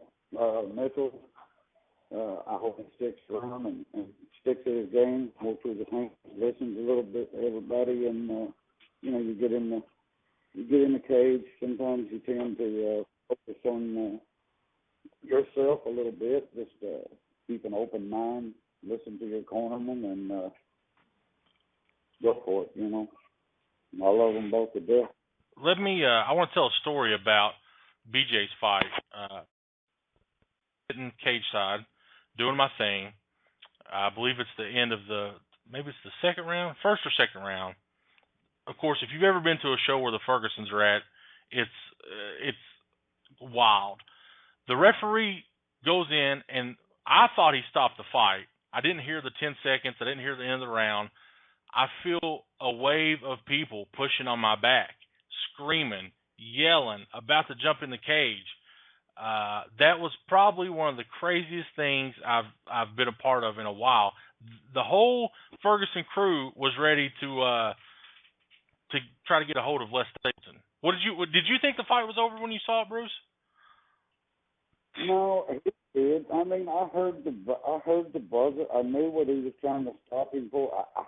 I sure as God hope he wouldn't kind of stop the fight over the little smacking that he was taking, because if he had it, I'm sure there would have probably been 200 or 300 people to carry him out the door and sling his ass out in the parking lot, but that's beside the point. Because, he wasn't hurt. He was still defending himself, and I mean, I was telling him what it was, and everybody else thought that he was stopping the fight. Let me intervene a little bit. I had a little bit of respect for Derek Bird after I whooped his ass, but after that fight, he really showed a lot like that. Except the story you're talking about, he should have known that the fight was, it was. I knew the bell. I was like, I'm about ready to go in. I was ready to go in for the round, and he's still trying to punch and get wild, and like the ref even told us that he kicked him, and he was kind of shocked that he kicked him, trying to get saying, we were like, dude, we knew he was being a douchebag, Wow. So we were pretty mad, and the about that. There was some controversy over his brother, like, thinking that the decision was wrong, and we were like, what fight were you watching, dude? Because I seen Derek Berg get his ass beat for 35 in a round. That was a great fight, though. I thought what everybody else thought, that BJ would try to take that to the ground. It didn't happen. He beat Derek Berg in his own game, and it was like a different BJ Ferguson that I saw. You know, I mean, I knew the striking was there, but I thought he would maybe try to rely more on his jiu-jitsu. But no, he stood there in the pocket and threw bombs. Yeah, it was amazing. We knew the dude. We were like, watch the right hand, stay out there, do what you're doing, whoop that ass. You know, I told him, I went in the second round, I'm like, hey, I don't want to tell you not to, you know, whoop the ass some more, but you won. You just don't let him catch that right hand, and you got it, buddy. Well, this weekend, back at the same place, Expo 5, Mitchell, Isaiah, Bruce, they'll all be there. Start to go. We move on to our next guest. Any shout-outs, thank yous, anything you want to throw out there? Pops, you got anything? I think all the fans get a house full of people so we can make this place roar, you know. What about our sponsors, Pops? You got that? Figures, Crazy Girl Fightwear, Art and Soul Tattoos. They've been behind us for a long time now, so I'd like to thank them. Thank Jesus Christ, because if it wasn't for him, we couldn't do none of it. Absolutely. Mitchell, what about you? Yeah, I'd like to say thanks to, you know, the gyms I've been training at the past couple of years and people getting me ready. Derby City Mixed Martial Arts out on Dixie Highway. I thank them an awful lot. You know, they helped me get ready. Area 502, it's a small and upcoming gym, good hard training. Welcome to be there. Real Fighters, Eric Haycraft is just an awesome mentality, good fighters gym. And most of all, I think Bruce Ferguson, Sr., he's one of the people who brought me into this game and put a lot of confidence bestowed between me. And I feel like I probably wouldn't be doing this if it wasn't for him. I have a lot of thanks for the guy and a lot of respect for him. And also to my brothers, Isaiah, BJ, and Josh, they've always been there. I want to thank them and thank Jesus Christ and all my family. And thank you for having us on the show. Man, I appreciate you taking the time out. Last but not least, little Isaiah. Yeah, I'm speechless. They got everybody I was going to say. I can't even think of nobody. No, I mean, I want to thank, you know, like I say, my dad. I want to thank him. He's always supported me, my mom, everybody, my brothers, my sisters, everybody. You know, we do this as a family, and when I'm in there, I know they're watching me and they're ready to, you know, support me all the way. I want to thank, you know, my girlfriend. I train every night, you know, so I'm gone every day, training, working. She puts up with a lot, and I got to raise this kid, you know. He's helped me a lot too, so just my whole life I'm just thanking everything, you know. Well, guys, I appreciate you all taking the time out. I will see you all Saturday. Until then, take care and stay safe. Yeah, thanks for having us, Tony. There you guys go. Bruce, Isaiah, Mitchell, all Hard Rock MMA 65 this weekend. I'm excited. It's Expo 5 is a weird kind of place. Very intimate. All right, it's the top of the hour. We're going to take a quick break. Come back, talk about IT fights. Don't go anywhere. We will be back in just a second. Join us every Sunday morning from 9 until 10 for the Knockout Hour with Kelly Patrick and Carlo Kellum. We are the only show in the area that covers both boxing and MMA. The Knockout Hour is brought to you by Turf Wars, who brings you the finest professional and amateur MMA fighters from all across the country to you here in Kentucky. For more details on the next Turf Wars event, be sure to visit BluegrassMMA.com and tune in every Sunday morning to the Knockout Hour from 9 until 10. Intimidation Clothing has proven to be the biggest supporter of local MMA in the industry, sponsoring the top regional events across the globe. While other brands come and go, Intimidation is a brand that represents stability, with over 110 different styles of high-quality t-shirts, hats, hoodies, training gear, and more. Browse our premium quality merchandise at IntimidationClothing.com and use Radio 10 to save 10% off your order. When you think local MMA, think Intimidation Clothing. Nobody supports local MMA like Intimidation. Nobody. You are listening to the ProMMANow.com radio network. You're listening to the Ohio Valley's #1 source for MMA. This is Bluegrass MMA Live. Now, once again, your hosts, Juan Valley and Gary Thomas. You could be anywhere in the world, but you've stuck around here with us, and we love you for that. As we take a look at this huge weekend upon us, we hope you get out there and support your local mixed martial artists. Thanks to all of our guests in the first hour, Adam Fritz, Christopher Begley and his mom, Isaiah Ferguson, Mitchell Guzman, Bruce Ferguson, all you guys that tuned in to listen. All new hour, new show to talk about. IT Fights makes their Columbus debut this Saturday night. We want to welcome in Mr. Reggie Parks. Reggie, what's up, man? Not much. How you doing? Man, I'm doing great. Thank you so much for taking the time out to join us. You took this fight on short notice. Was there any hesitation when Aaron Garrett gave you the call? No hesitation at all. I got a pretty big offer not too long ago that I felt like I wasn't ready for. So I basically tried to recommit myself and told myself that I wanted to try to be at least 2 weeks out from my next fight, just in case I got a phone call. And, here I am. 2 weeks isn't much time. How do you keep yourself ready and prepared, even when you don't have a fight on the horizon? Well, I never really stopped training, It's just when I get that phone call and, I'm asked to take a fight on 2 weeks' notice, I basically just hit the gym a little bit harder. So, it's not like I'm not in the gym leading up to that point. I'm always training. I'm always trying to do something. I'm always trying to stay active and just, stay in the sport. Walk me through the emotion of what a draw is like for a fighter, because in your last fight you fought Kenny Booker. It went to a draw. You don't get the satisfaction of winning. You don't get the disappointment of losing, but it's got to be different, right? It's definitely different, especially when you have your hand raised at the end of the fight, and then several days later, that the decision is actually overturned, and it's a little bit disheartening, to feel like you actually won the fight. I've actually asked Kenny Booker for a rematch, but my thing is, even if I lose a fight sometimes, I think that if I fight you hard enough, I always say that, win, lose, or draw, you may not want to fight me again anyway. So, that held true.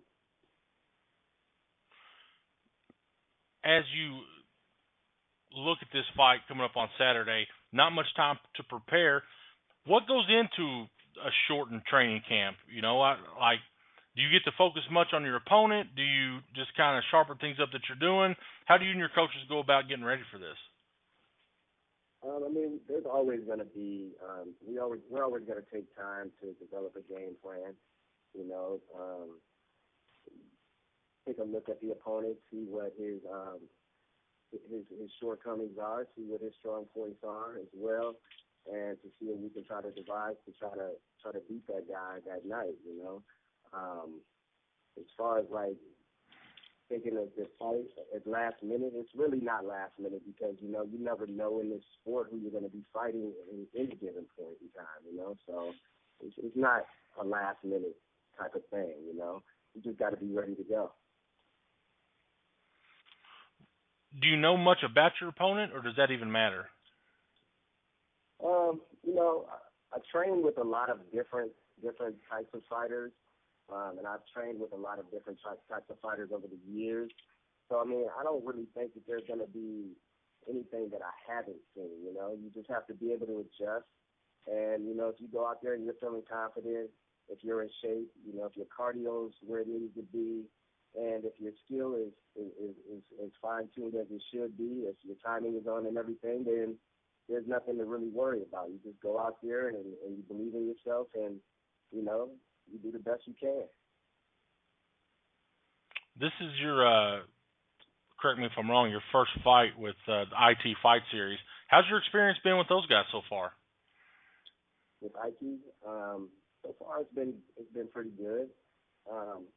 You know, I know quite a few of those guys from before this event even got put into action. So, you know, and I thought they were pretty good guys. So far it's been pretty good. Not looking past this fight, but as a guy who stays ready, stays in the gym, what's on the horizon for you in 2014? How active do you want to be? How many fights would you like to have? What do you see for yourself this year? I mean, I'm getting up there in age. You know, I'll be the first one to tell you that. So for me, I'm trying to get in as many fights as I possibly can. You know, my shelf life may be a little bit shorter than some of the younger fighters, but you know, if I can get a good offer, then I'm going to take it. You know, I had a couple people, you know, and people are still going to say, you know, that I'm on borrowed time, but you know, I've fought some of the best out there, and you know, my time is not borrowed. You know, my time is earned. So I'm ready to just go out there and seek the best fights that I can to try to advance myself and move forward in this sport. What's the biggest difference between Reggie Parks when you made your amateur debut back in 2008 and Reggie Parks 2014? 2008, you know, I went out there and it was all about raw talent in 2008. Now it's really about me displaying a more polished fighter nowadays, you know, a smarter fighter and a little bit more technical fighter, you know.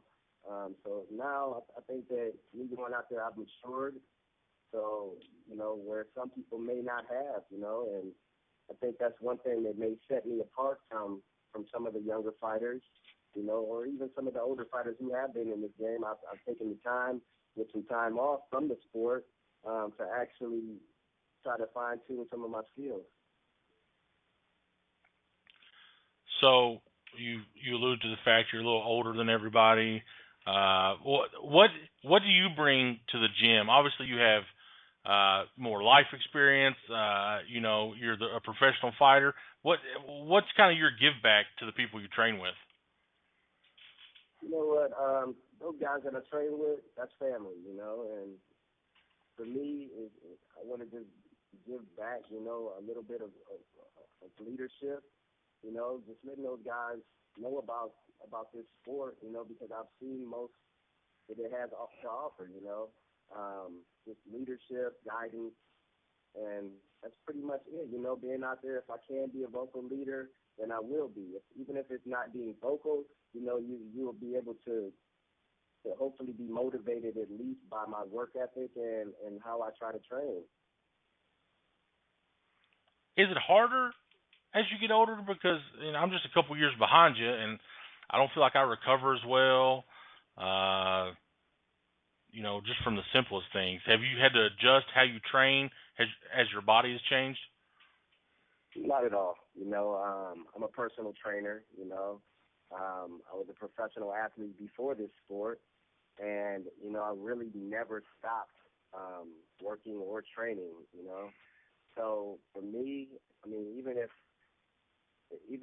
my skills are starting to diminish a little bit, I don't know because I haven't stopped, you know. So I really don't see a difference, you know. I still train hard. I train as hard as I possibly can, and at the end of the day, I know I've given it my all. Personal trainer, you stay in the gym. What do you do on your free time? How do you relax? How do I relax? That's a good question. You know, I like to eat. I'm not going to lie. I like to eat. I like to watch TV. You know, I like sporting events. Anything just a little bit different, you know. So, I mean, it just changes with the day, you know, with the time. That's all. The big fight's coming up this Saturday in Columbus. Reggie, thank you so much for taking the time out. Took the fight on short notice, getting ready to go. Before we bid you farewell, I want to give you a chance to give a shout-out to any sponsors, any training partners, anybody listening.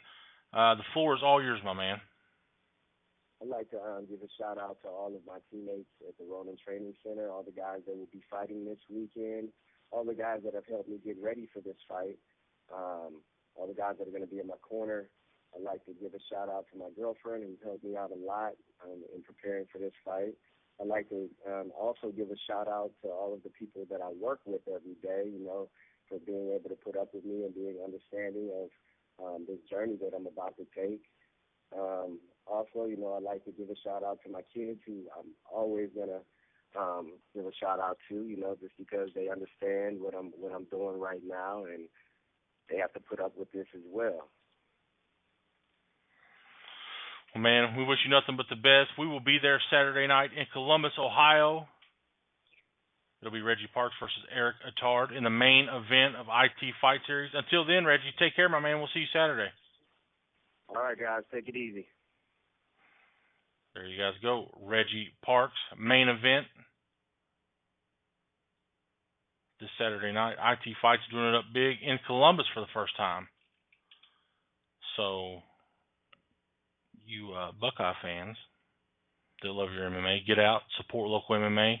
Check out IT Fight Series. The whole fight card is posted on Bluegrass MMA. We got you covered. Don't worry about it. Our next guest is going to be in the co-main event. He comes from Indiana all the way to Columbus, Ohio. He is Mr. Trey Cole. Trey, what's up, man? How's it going, sir? It's going well. How in the world are you going from Indiana to the beautiful city of Columbus, Ohio for this fight? How did this come about? Just looking on Facebook for fights. Seen where they needed a 155er, and I'm at a 170, and I said I'd take it. You found the beautiful Aaron Garrett. How's your dealings with him been?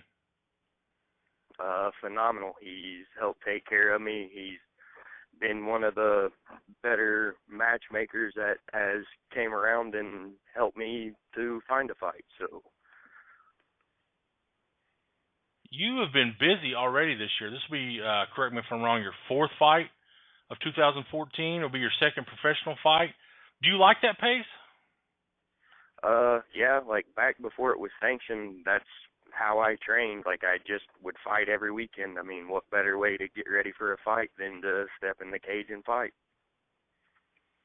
So you have officially on your record, you have a ton of amateur fights. Do you have more than what's listed? Yeah, I was 16-6 before sanctioning. Sanctioning came in, and I'm 7-6 sanctioned, so I'm close to 40 amateur fights. Damn, son, that's crazy. You started young. I mean, you're still young.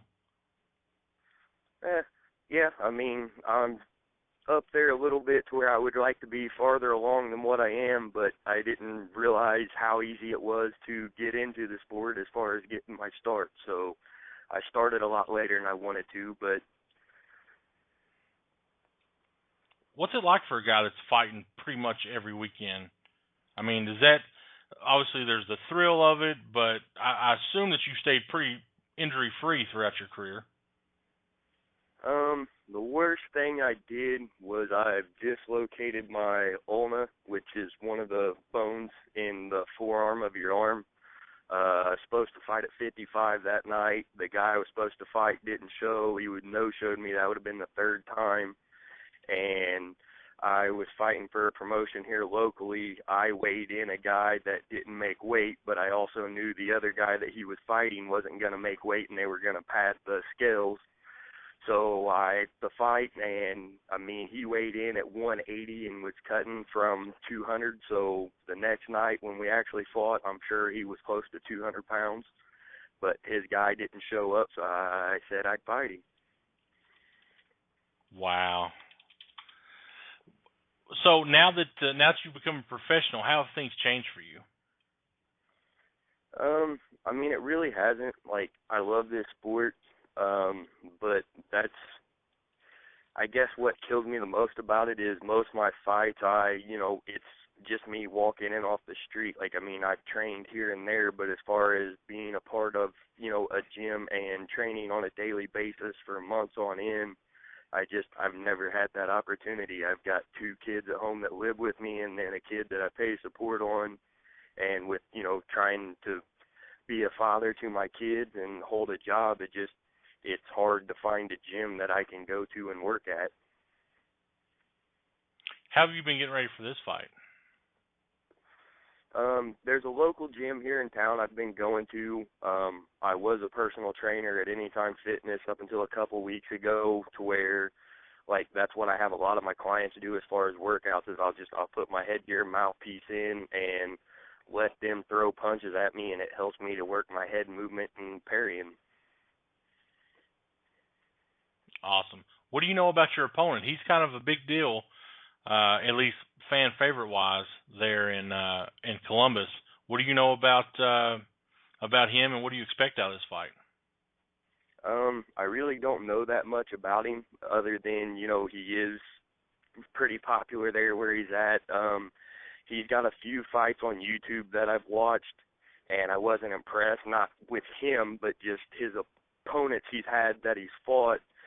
I know that he's a Taekwondo guy, and one of the guys that I spar with is a Taekwondo instructor, and I know they're really good if you give them their distance. They're just really good at being long and maintaining that distance, but every fight I've seen with Chico, not taken away from him, it may just be that he's that. Didn't seem like the guys really tried to pressure him. They were all happy to be, back against the cage, where I'm curious to see what it's like when he gets back against the cage and isn't in the center of the cage and able to utilize that reach.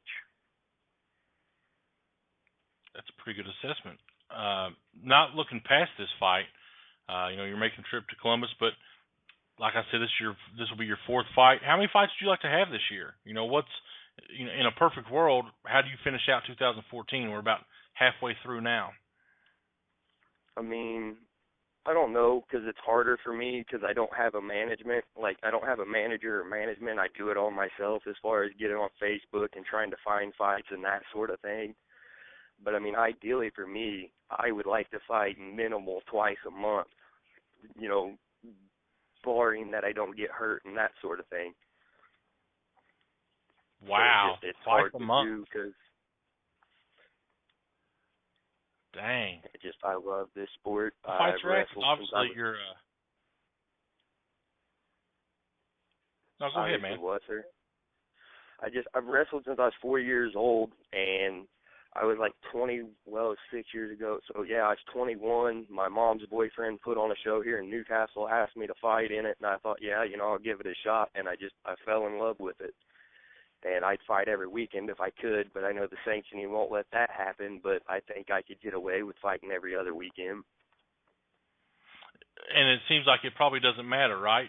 You're going from Indiana to Columbus. What part of Indiana are you in? I'm pretty much central Indiana. Like, I'm a half hour east of Indianapolis on I-70. Gotcha. But you're willing to, you'll go wherever the fight takes, right? Ohio, Kentucky, Illinois, you're open to whatever. Yeah, I've got offers to go down to the Caribbean and fight before I was actually supposed to make my pro debut a couple years ago for Caribbean Ultimate Fist Fighting, and they had a major sponsor or something back out and canceled the event, so I didn't end up getting the honor to go down there and fight. But, anywhere that, they'll help me to get there, I'll fight there. Worst case scenario, I'm going to get beat up. It won't be the first time. It won't be the last. Well, man, I appreciate you taking the time out to join us. The fight is this Saturday. When are you heading up to Columbus? I'm still waiting to hear back from Aaron as far as if I can just wait and weigh in Saturday, because generally I fight at 55 or 45, to where I'm walking around at like 168 and a half, 169. So the weight cut, there isn't a weight cut for me, to where I'm trying to get it to where I can just come Saturday and weigh in so that I can work Friday, because I got a job bouncing and I won't be able to go to work Friday night if I go to Columbus and weigh in. It's a bit of a drive. Gotcha. Well, man, wish you safe travels. Co-main event this Saturday night. Before I let you go, any shout-outs or thank yous or anything you want to throw out there? Yeah, I want to thanks my sponsor, OT's Remix. It's a nightclub in Connorsville, Indiana. And then just IT Fight Series for giving me the chance and come out there and fight. And Chico for, being my opponent, win, lose, or draw. I've got nothing but the utmost respect for him. I mean, it takes a lot of heart to get in the cage. And I heard his interview last week as far as having kids and stuff, and I know how that struggle is, so I just want to give a shout-out to him and my family. Absolutely, man. If we're looking for you on the internet, where can we find you? You can find me on Facebook, just Trey Cole. I believe it's a picture of me and my son. If not, it's a fight picture of me. Awesome, man. Well, I wish you nothing but the safest in travels. Best of luck this Saturday night in Columbus, Ohio. IT Fight Series in Columbus. Co-main event, Chico Bays, Trey Cole. Trey, take care, my man. We'll be there, and we'll see you on Saturday. Thank you very much, sir. There you guys go. Trey Cole heading up to Columbus, Ohio. That's how it goes down. IT Fights. We're going to break down the whole card from the man that knows the most about it, Aaron Garrett. He's going to join us in about 30 minutes. Him and Juan are in like the private screening area in our switchboard. They're talking right now. They can't hear me talk about them. I think they have a crush on each other. I'm not really sure. Probably so. We're going to switch things up in just a few minutes. I think it's George Medina. I'm going to go with George. He's heading to V3. Let's see. V3 fights next weekend. Yeah, next weekend. Dang, this month's going by fast. Next weekend in Memphis. We'll have more on that event closer to the time it goes down.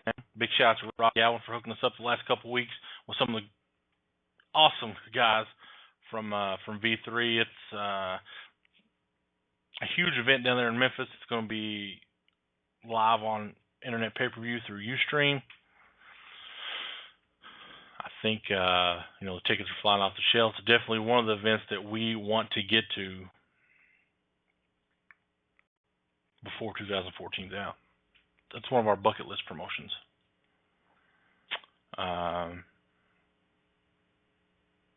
Mr. Medina is 2-0. I think. We'll see. One of his fights is listed as an exhibition. So we'll find out. But he is, let's see. He's got some fans who've posted on some of these comments, so.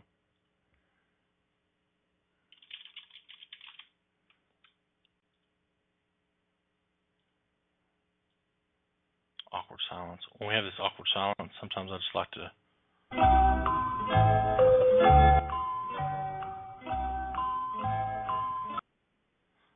play a little Jeopardy.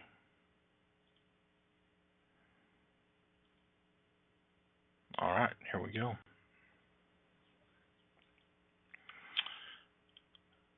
V3 fights next Saturday in Memphis, Tennessee's with us right now. George Medina, what's up, man? How you doing? I'm doing well. Thank you so much for taking the time out. Nah, no problem, no problem. Actually, it's my first time ever being on radio, so this is kind of like I'm stoked about it also.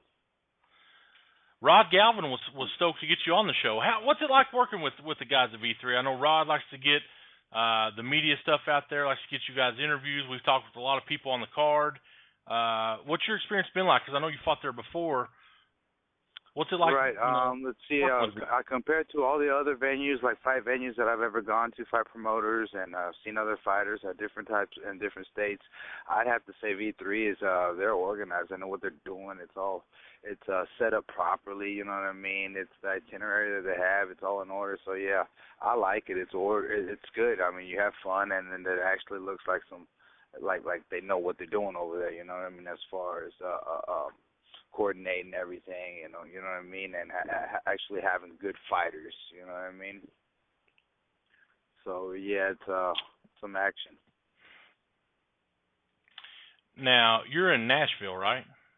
Yes, I live here. What's it like down there at are you still at Nashville MMA with Sean? Yes, that's where I train. That's my fight camp. That's where I train at. That's where I started, and that's where I'm pretty much gonna stay. I've seen Sean corner guys, and he's one of those guys that I feel like he's kind of quiet, but like he's just talking to you. You know, there's that connection.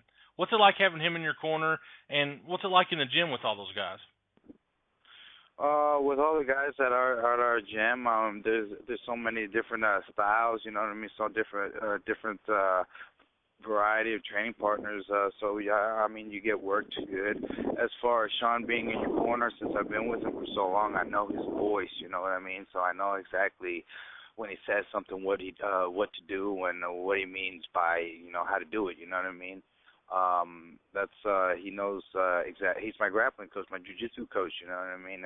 He knows how I move, and I know his voice. Even in the fights, I can hear him. You know what I mean? Over all the noise and all that stuff, I can always hear my coaches.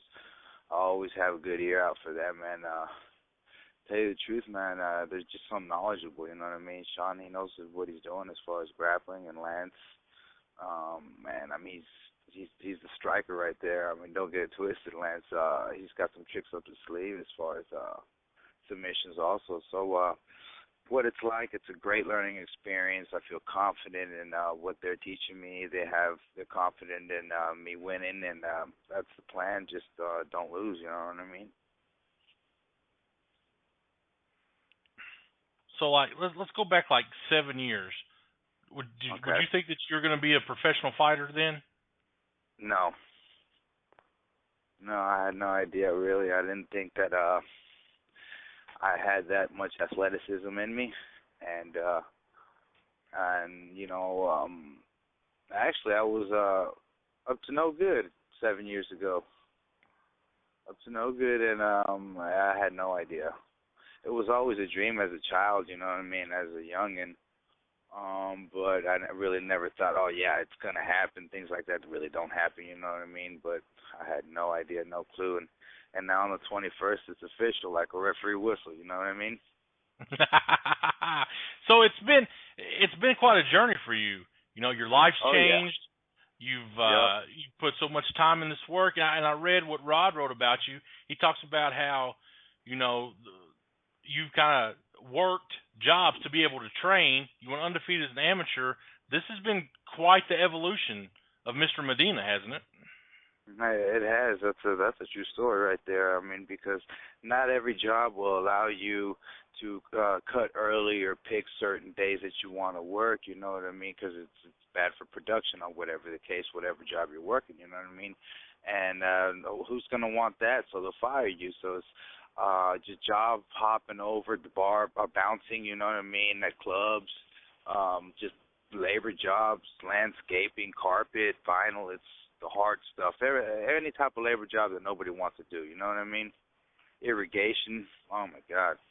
It's just weed eating all day in this Tennessee heat over here, because Tennessee's nothing but a big old ranch, you know what I mean? So there's a lot of weed eating to be done, partner.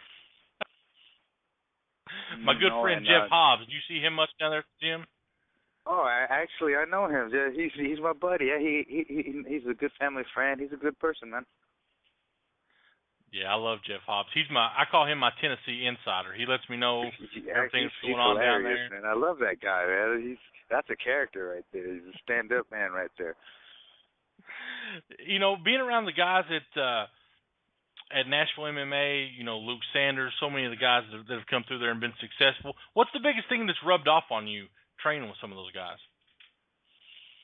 Actually, their intensity. Luke Sanders, John Salter, Dustin Ortiz.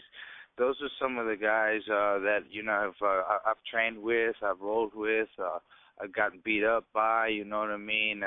We drill with, and actually their intensity and their seriousness and their professionalism as far as training. You know what I mean? They take it seriously. There's a lot of people really don't, but those people right there, they do. They don't mess around when it comes to training. They don't half-ass it. It's 100% there. You know what I mean? It's just, yeah, that's what has rubbed off on me from or you know what I mean? That's what I get from them.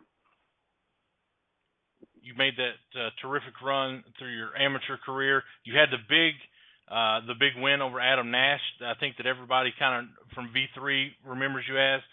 What's the biggest difference, if any, now that you kind of put that aside, you reset, you're back to 0-0, and you're fighting this guy who's in Michael Richards, who's had pro fights, I think he's 2-2. Yes, I believe he is 2-2. So your question is, what is the difference? Yeah, like what's the difference in your training? Is there a difference now that you're a pro than when you were an amateur? Obviously, you've rolled with the pros, so you're right there hanging with them in the gym. But has anything changed for you now? Anything extra at the gym? Anything extra that you're trying to do? The intensity has actually increased a lot more. I could tell that the coaches are working me 3 times harder, you know, than as an AMI. Let's see. Actually, the dieting I'm taking a lot more serious. Why? Because I'm dropping a weight class. You know what I mean? So the dieting I've taken a lot more seriously, and I've noticed that my water intake has increased a lot. Man, I'm up to like 2 gallons of water a day. So that's really something new and different for me. So everything that I was doing, you know, being undefeated in the cage as an AMI has just increased. You know what I mean? It's just more harder, more serious, more, you know, precise. When you sit down and you talk say again? I'm sorry. I was going to say, when you sit down and you talk with Sean and the crew about going professional and kind of your career, not looking past next Saturday at all, but how do you see it playing out in your head? How do you see that map to success going for you? I think that Sean will point me in the right direction. I think I have confidence. I'm confident in that team, you know, in that gym, and they believe in me. So I'm pretty sure they will steer me in the right direction. You know what I mean? He's already talked to me about Chan or someone in V3 for helping me to manage, you know, to manage me or whatnot, and everything seems like it's falling in place, especially after 5 years of just busting my ass in Tennessee. And how do I see it happening? If God thinks I'm ready, then it'll happen. And you know what I mean? You just gotta have faith. And like I told you before, I just can't lose. Don't lose. That's something that you know nothing about in mixed martial arts. Tell me what you do for fun. How do you relax and decompress after, you know, training and you know, if you get a day off, what is it that you do to spend your time? Let's see. I like going to the YMCA a lot. You know what I mean? Over here in Maryland Farms, in Brentwood area, it's a real nice area, huge facility. They got a swimming pool, Olympic-sized swimming pool in the back. You know what I mean? Laying out, chilling like that. Downtown Nashville, there's always something happening. You know, on Broadway, on Demumbrium. A lot of my the buddies that I train with, coaches and and other pro fighters, they bounce, you know, at different clubs. So of course, there's always something popping. I know someone at every other club downtown, so that's something I do. Also, I go down to Atlanta a lot. You know, I have a handful of family down there in Marietta, so I go down there a lot. So that's pretty much what I do. And if not, I'm either working or at home sleeping, and that's pretty much my life. It's work, train, or whenever I can squeeze into downtown, you know what I mean, for R&R, then I can, and if not, it's work, training, and home and to sleep. Man. And it's just very simple. It's a different way of life down here in Tennessee. I've been to the XFC events there, one that you fought on in Nashville. It's downtown Nashville, man. It's you can meet somebody from just about every state in the country and the world. Yeah, it's very international. This is Music City over here, partner.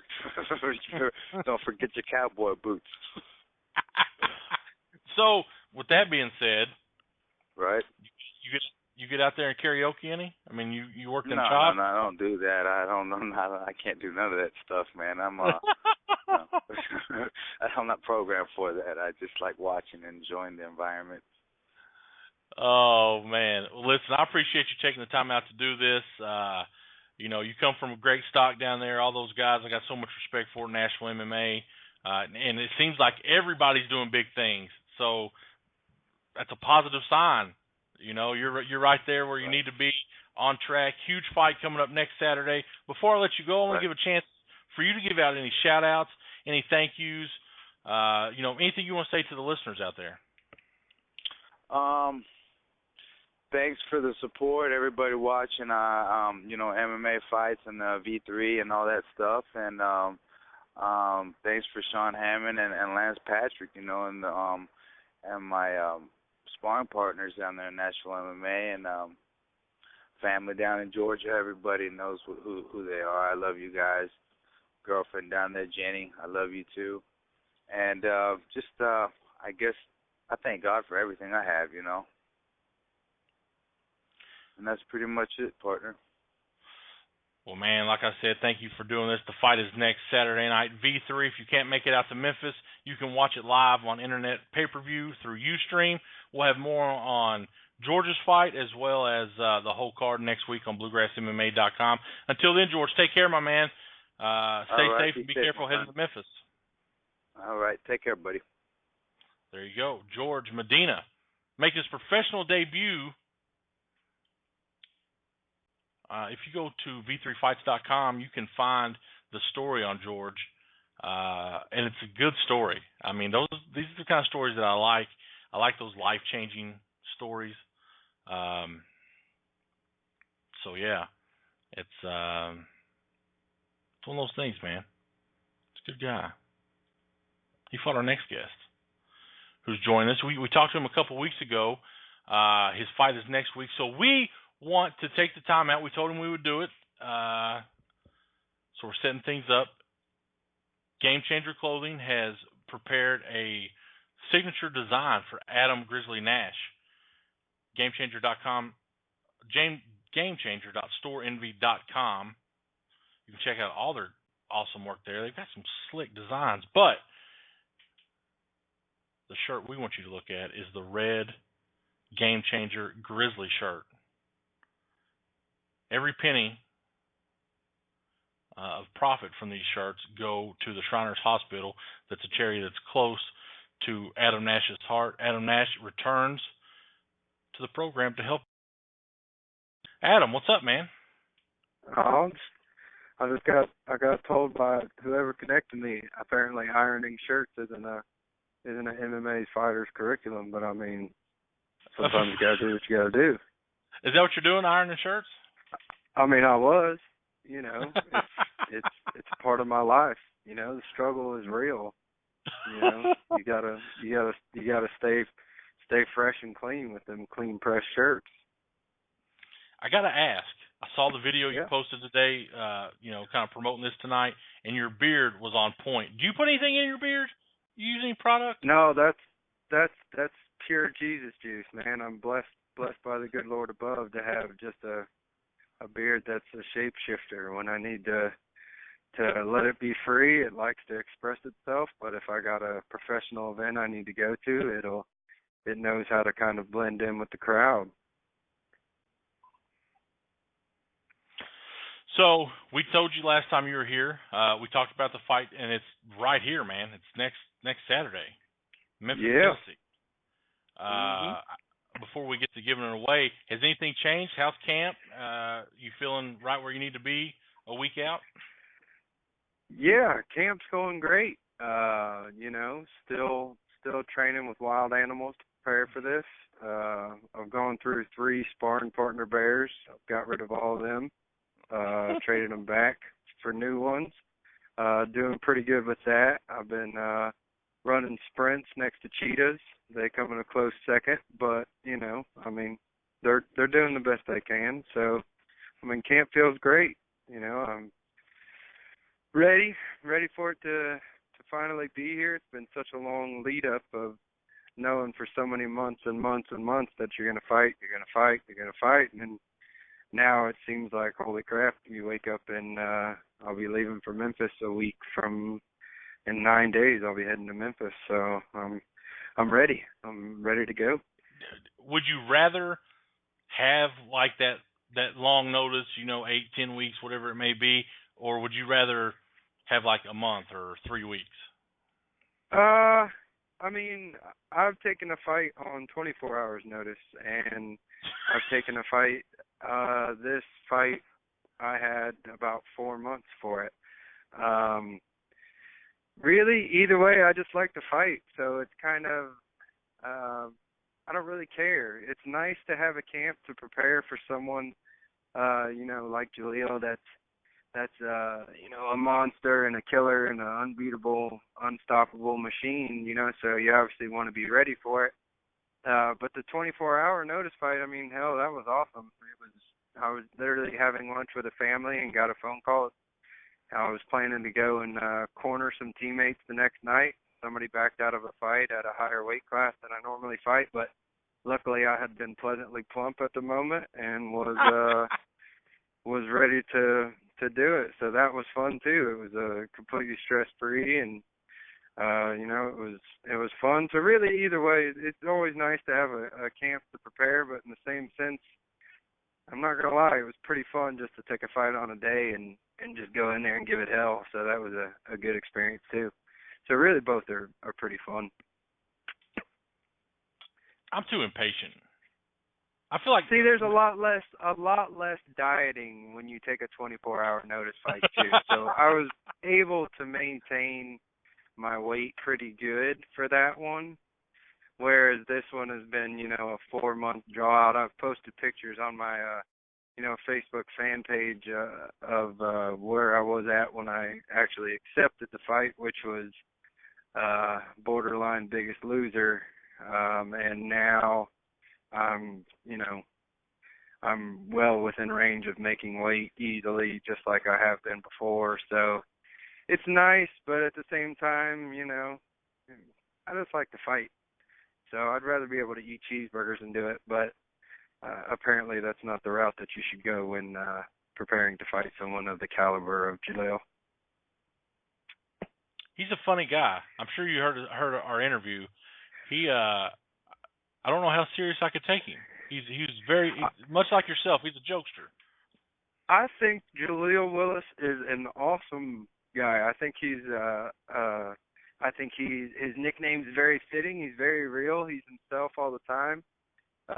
People misunderstand some of the things, as I said, as being personally insulting to Jaleel. But in my mind, it's kind of it was more complimenting that I want to fight him because of the fact of how he carries himself, his reputation for fighting. I've never wanted an easy fight in my life. If I wanted that, I'd just keep picking fights in bars. If you're going to take the time to do, like we just discussed, a long camp where you have to diet and you have to train your ass off, why wouldn't you want to fight the best person you could? What do you get out of going and fighting a can? You get nothing.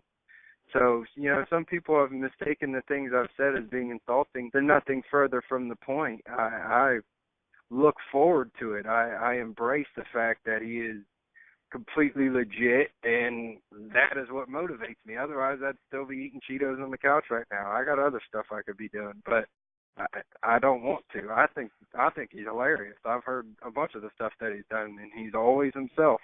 So you got to appreciate that in somebody. For sure. Things could always be worse, man. You could still be in Ohio.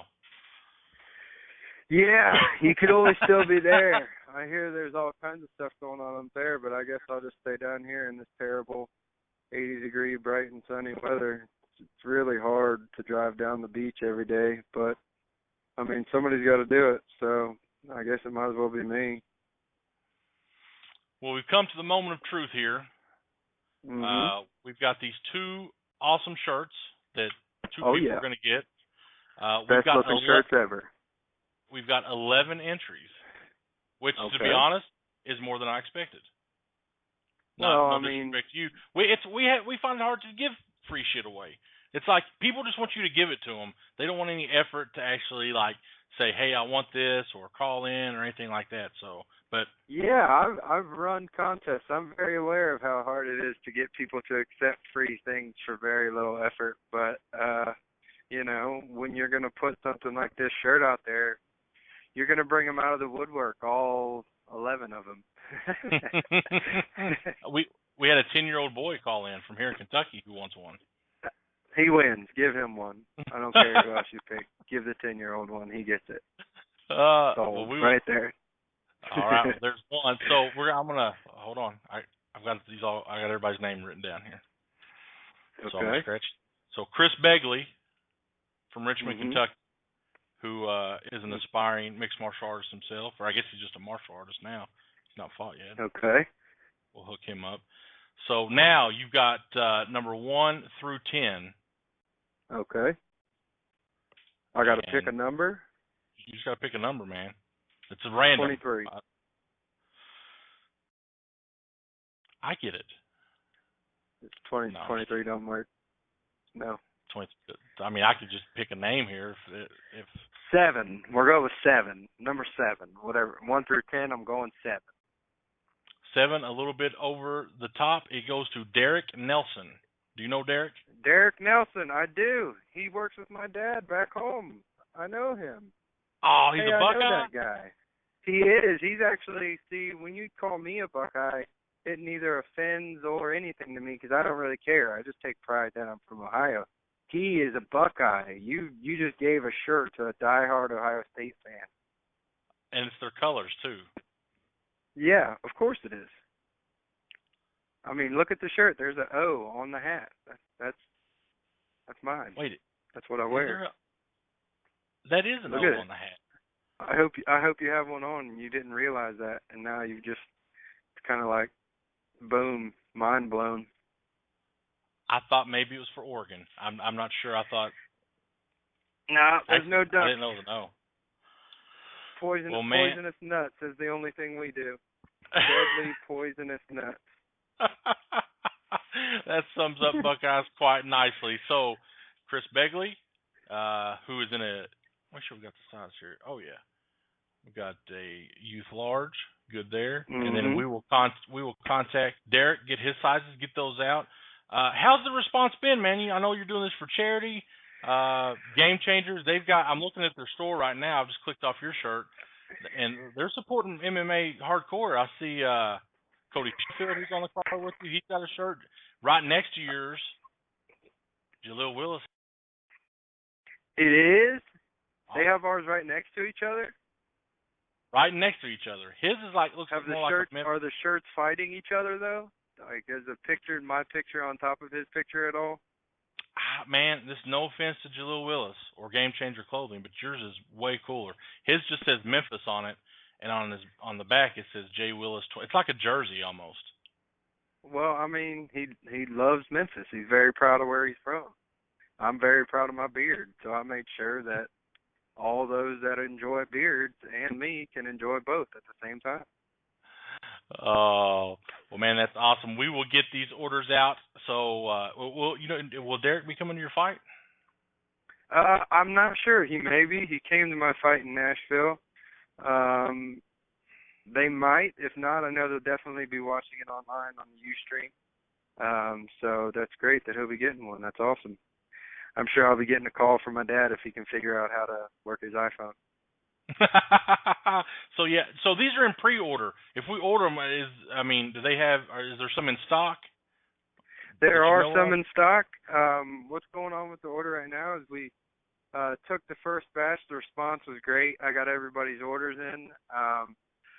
We just got them actually in about a week or two ago, but speaking with Game Changers, that they do still have some in stock that as far as these shirts go, I'll contact them to make sure that they are produced, if they're not already in stock, as quickly as possible to get to everybody.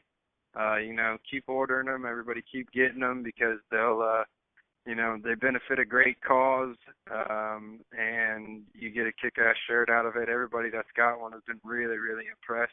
with the quality of the shirt itself and the way it turned out. They turned out better than I could have ever imagined. They've Game Changer Clothing, like I said, gamechanger.storeenvy.com is where you can go.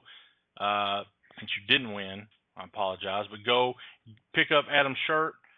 It's there, and they've got everybody a shirt. I need a shirt from them. I'm gonna hit up Game Changer. They got everybody. Game Changer taking over the world. I mean, it's like the Affliction without the terrible product. Without the $70 price tag. Yeah, and not as many terrible shirts of dudes in bars that know MMA or train UFC. So you're saying if when I buy my shirt and I get it, and I'm not going to have those tight arms, it's not going to be tight across the chest, it's actually going to be comfortable? Now, you're going to want to get a big one, okay? But this shirt is ridiculously comfortable, okay? Now, they are, because of the quality of the shirt, they're not a loose, baggy shirt like a Hanes cheap T-shirt. They are a high-quality T-shirt.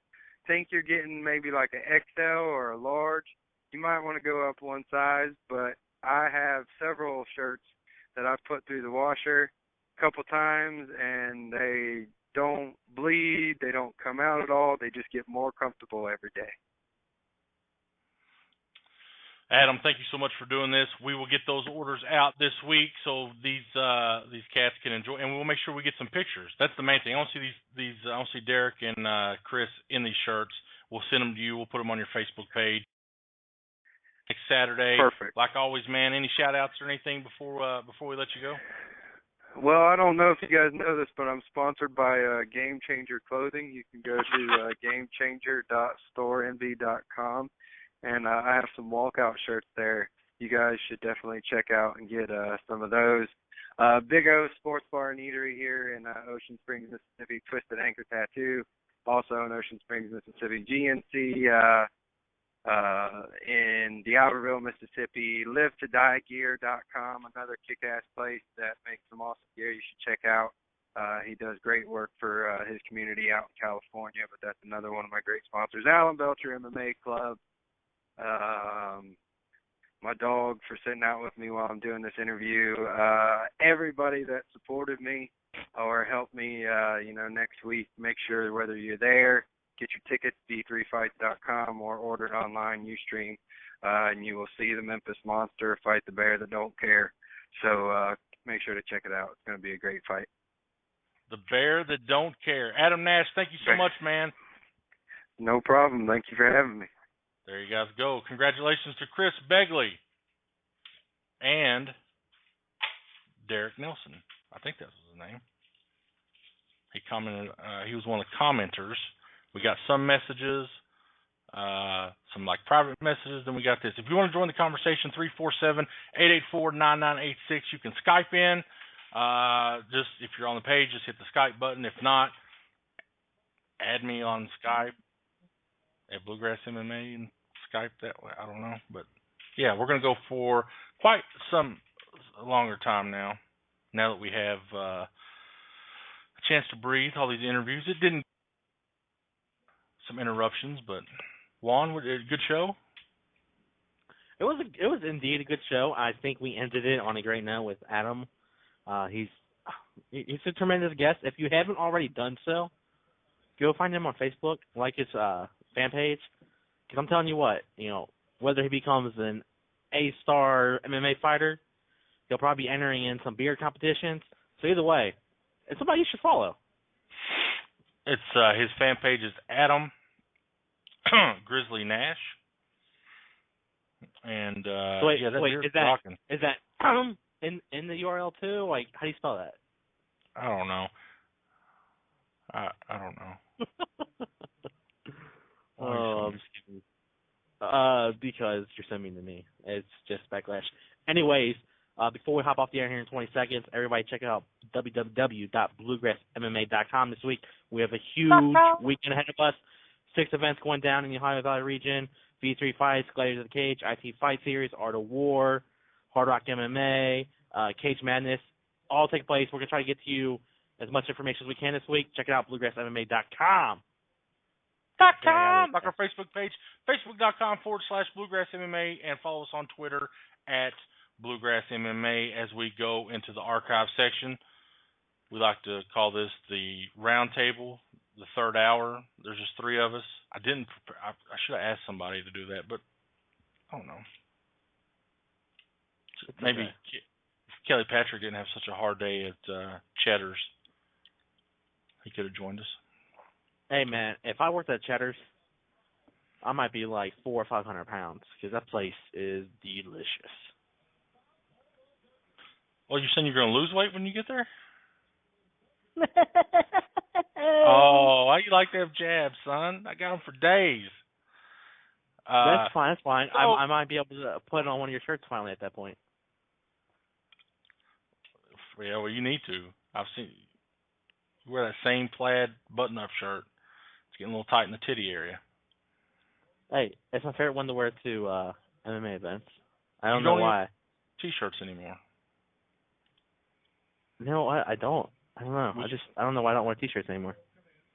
I don't know. I'm thinking about maybe dressing up a little bit more and being a little bit more professional. I mean, I wore not last week, the week before, the event before, I wore a dress-up shirt. I don't know, just a more presentable, and it's different. Because I've been at my job, I've been, used to dressing up. It's just something I have to do now. So You have to dress up for your new job? I don't have to, but I do. Just keep that. As they say, you dress for the job you want, not for the job you have.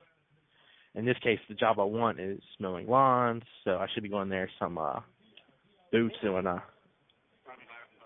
You and George could go weed eat. Right? Apparently, that's the thing to do.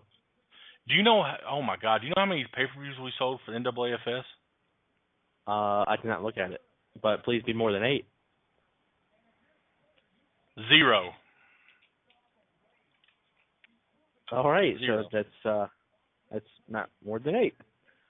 So that is. I wonder how their pay-per-view did. Fuck, I don't know. I didn't get out there like I was able to for the Pinnacle one to publish that as much as I could have. So I mean, that is my fault on that part that we didn't get any. But granted, they also were charging $12.99, which it was on our was homepage for 3 weeks. Yeah, but you know how people are. People, they wait to the very last minute. They don't buy ahead of time. I mean, why would you in this case? Why would you buy an pay-per-view a week and a half before? But anyways, they were charging $3 more, $12.99. I don't know if that was a big deterrent at all. That's a big deterrent. For me, I took notice of the price change. Yeah. If it was unless $10, I just really, if I'm a casual fan, $9.99 is about as much as I'm gonna go. Or I'm streaming that shit for free somewhere. Or going to BluegrassMMA.com and just looking at the results. I mean, honestly, and we've talked about this numerous times. I don't understand why promoters just don't put it out there for free. I mean, if you can get sponsors that you can, show them, hey, I'm getting a few thousand hits on this, pay me a few $100s, that covers your expense on that front of it. I don't know. And you're getting more exposure for your brand. You're creating that brand awareness. I don't know. That's me. I don't run a promotion, so I don't know what I'm talking about. It's true. You don't. It's a good thing we don't.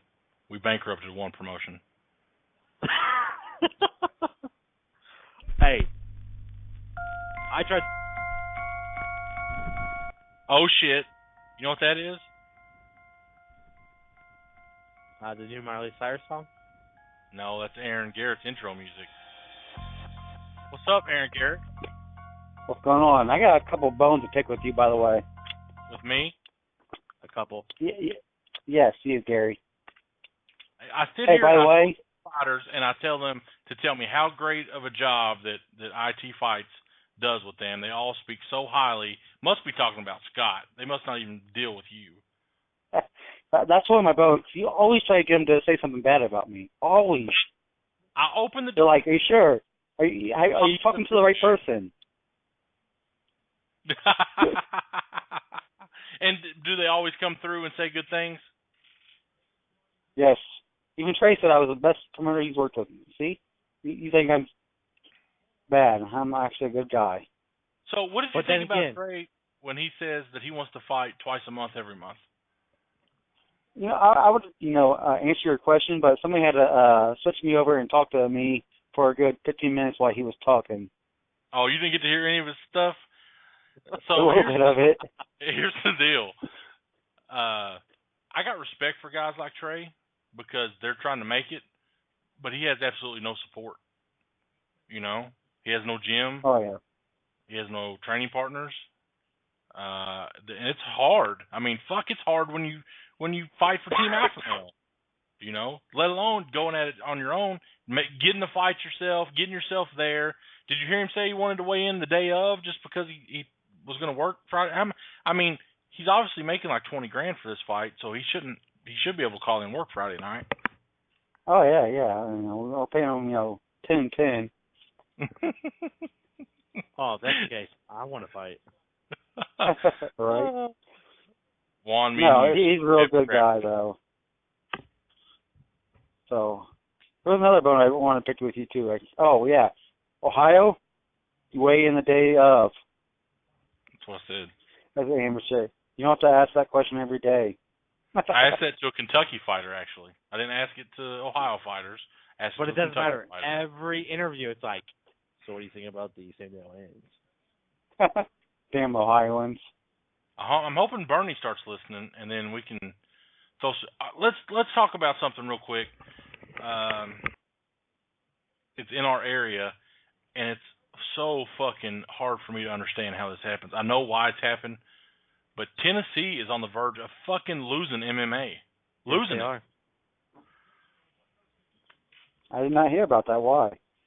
So they've got an executive director who's actually was in the top 3 for the Nevada job. Pretty good guy in my dealings with. I mean, I've scammed him out of like $150. He don't know that.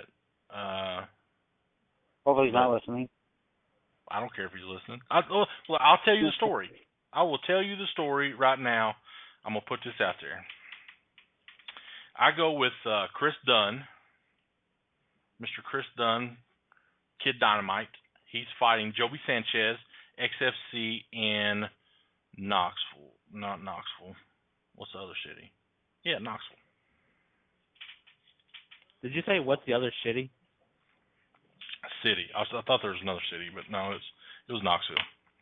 So they try to do, like, when you go to weigh-ins, the commission there, they're doing corner licenses and all that stuff the day before, but you can do them the day of, right? A little bird told me a trick, because a fighter license is, what's a pro fighter license there? $30. Okay, it's $75 in Tennessee. Deal. So here's the deal. A little bird told me, said, hey, don't have those guys get the license at the weigh-ins. What's going to happen is the promotion is going to give them an all-access pass and a wristband. The commission will be none the wiser. And so one of his corners, as well as Chris, just went there and showed up and fought and cornered and were unlicensed. And one of his cornermen was asked to corner another guy, and if it changed within the 24 hours of the people they listed, you have to notify the commission. So they had to go tell the commission that they were cornering somebody else. They didn't even ask them about their license. They said, okay. Huh. So $150 saved due to incompetence. And this commissioner is making like $80,000 a year, which if the job was that hard and that detailed, I'm all for it. Bernie has a hard job. Todd Neal has a hard job. The new guy in Nevada has a hard job. He makes over $100,000 a year. Jeff Mullen doesn't have a hard job. They do very few profile. They don't regulate amateur MMA, so it doesn't matter.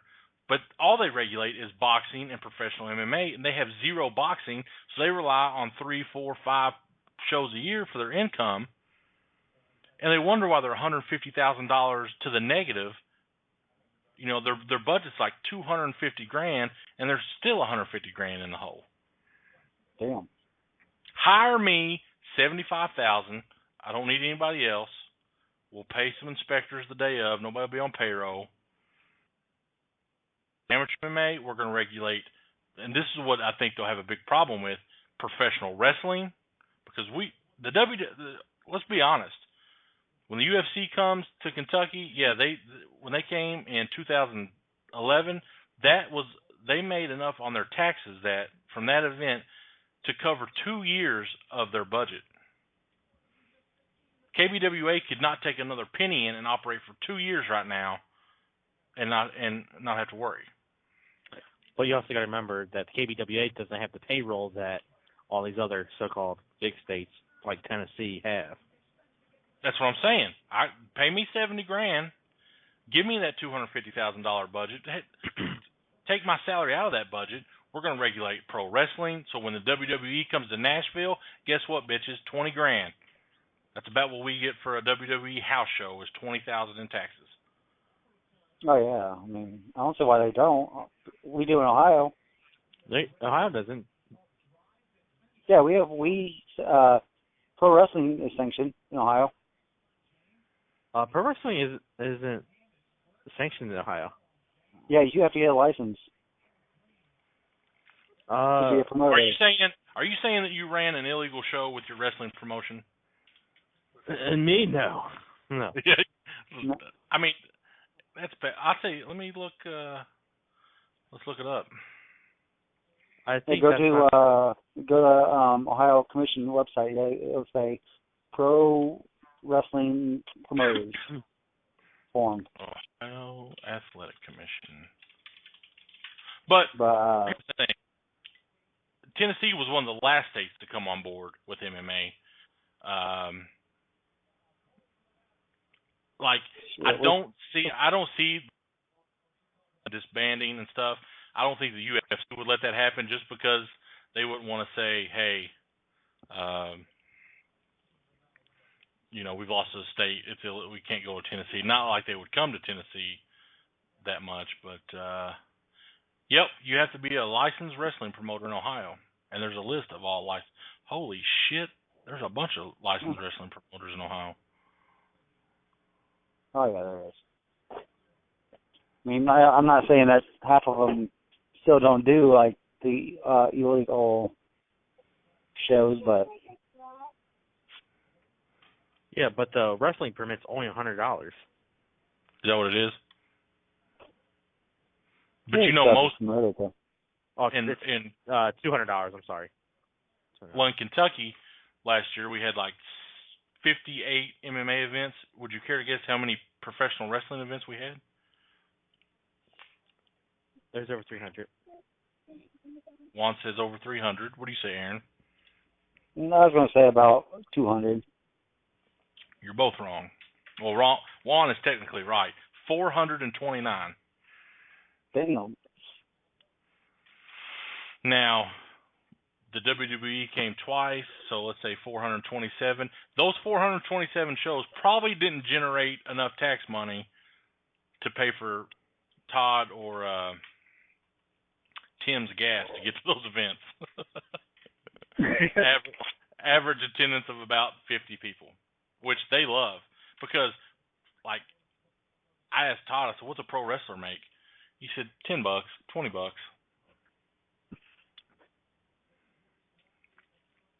So that's a lot of money. But anyways, we're getting off topic here.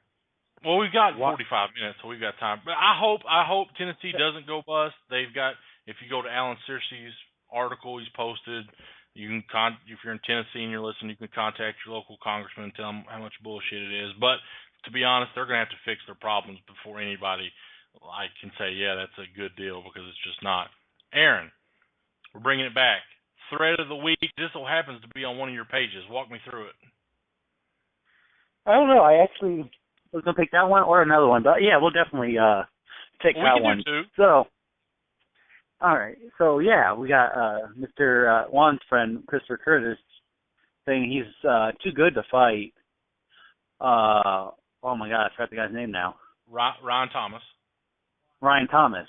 He's telling Ryan Thomas's good old manager he needs to get a couple wins before he fights Christopher Curtis, which is the same guy that keeps on begging everybody to find him a fight.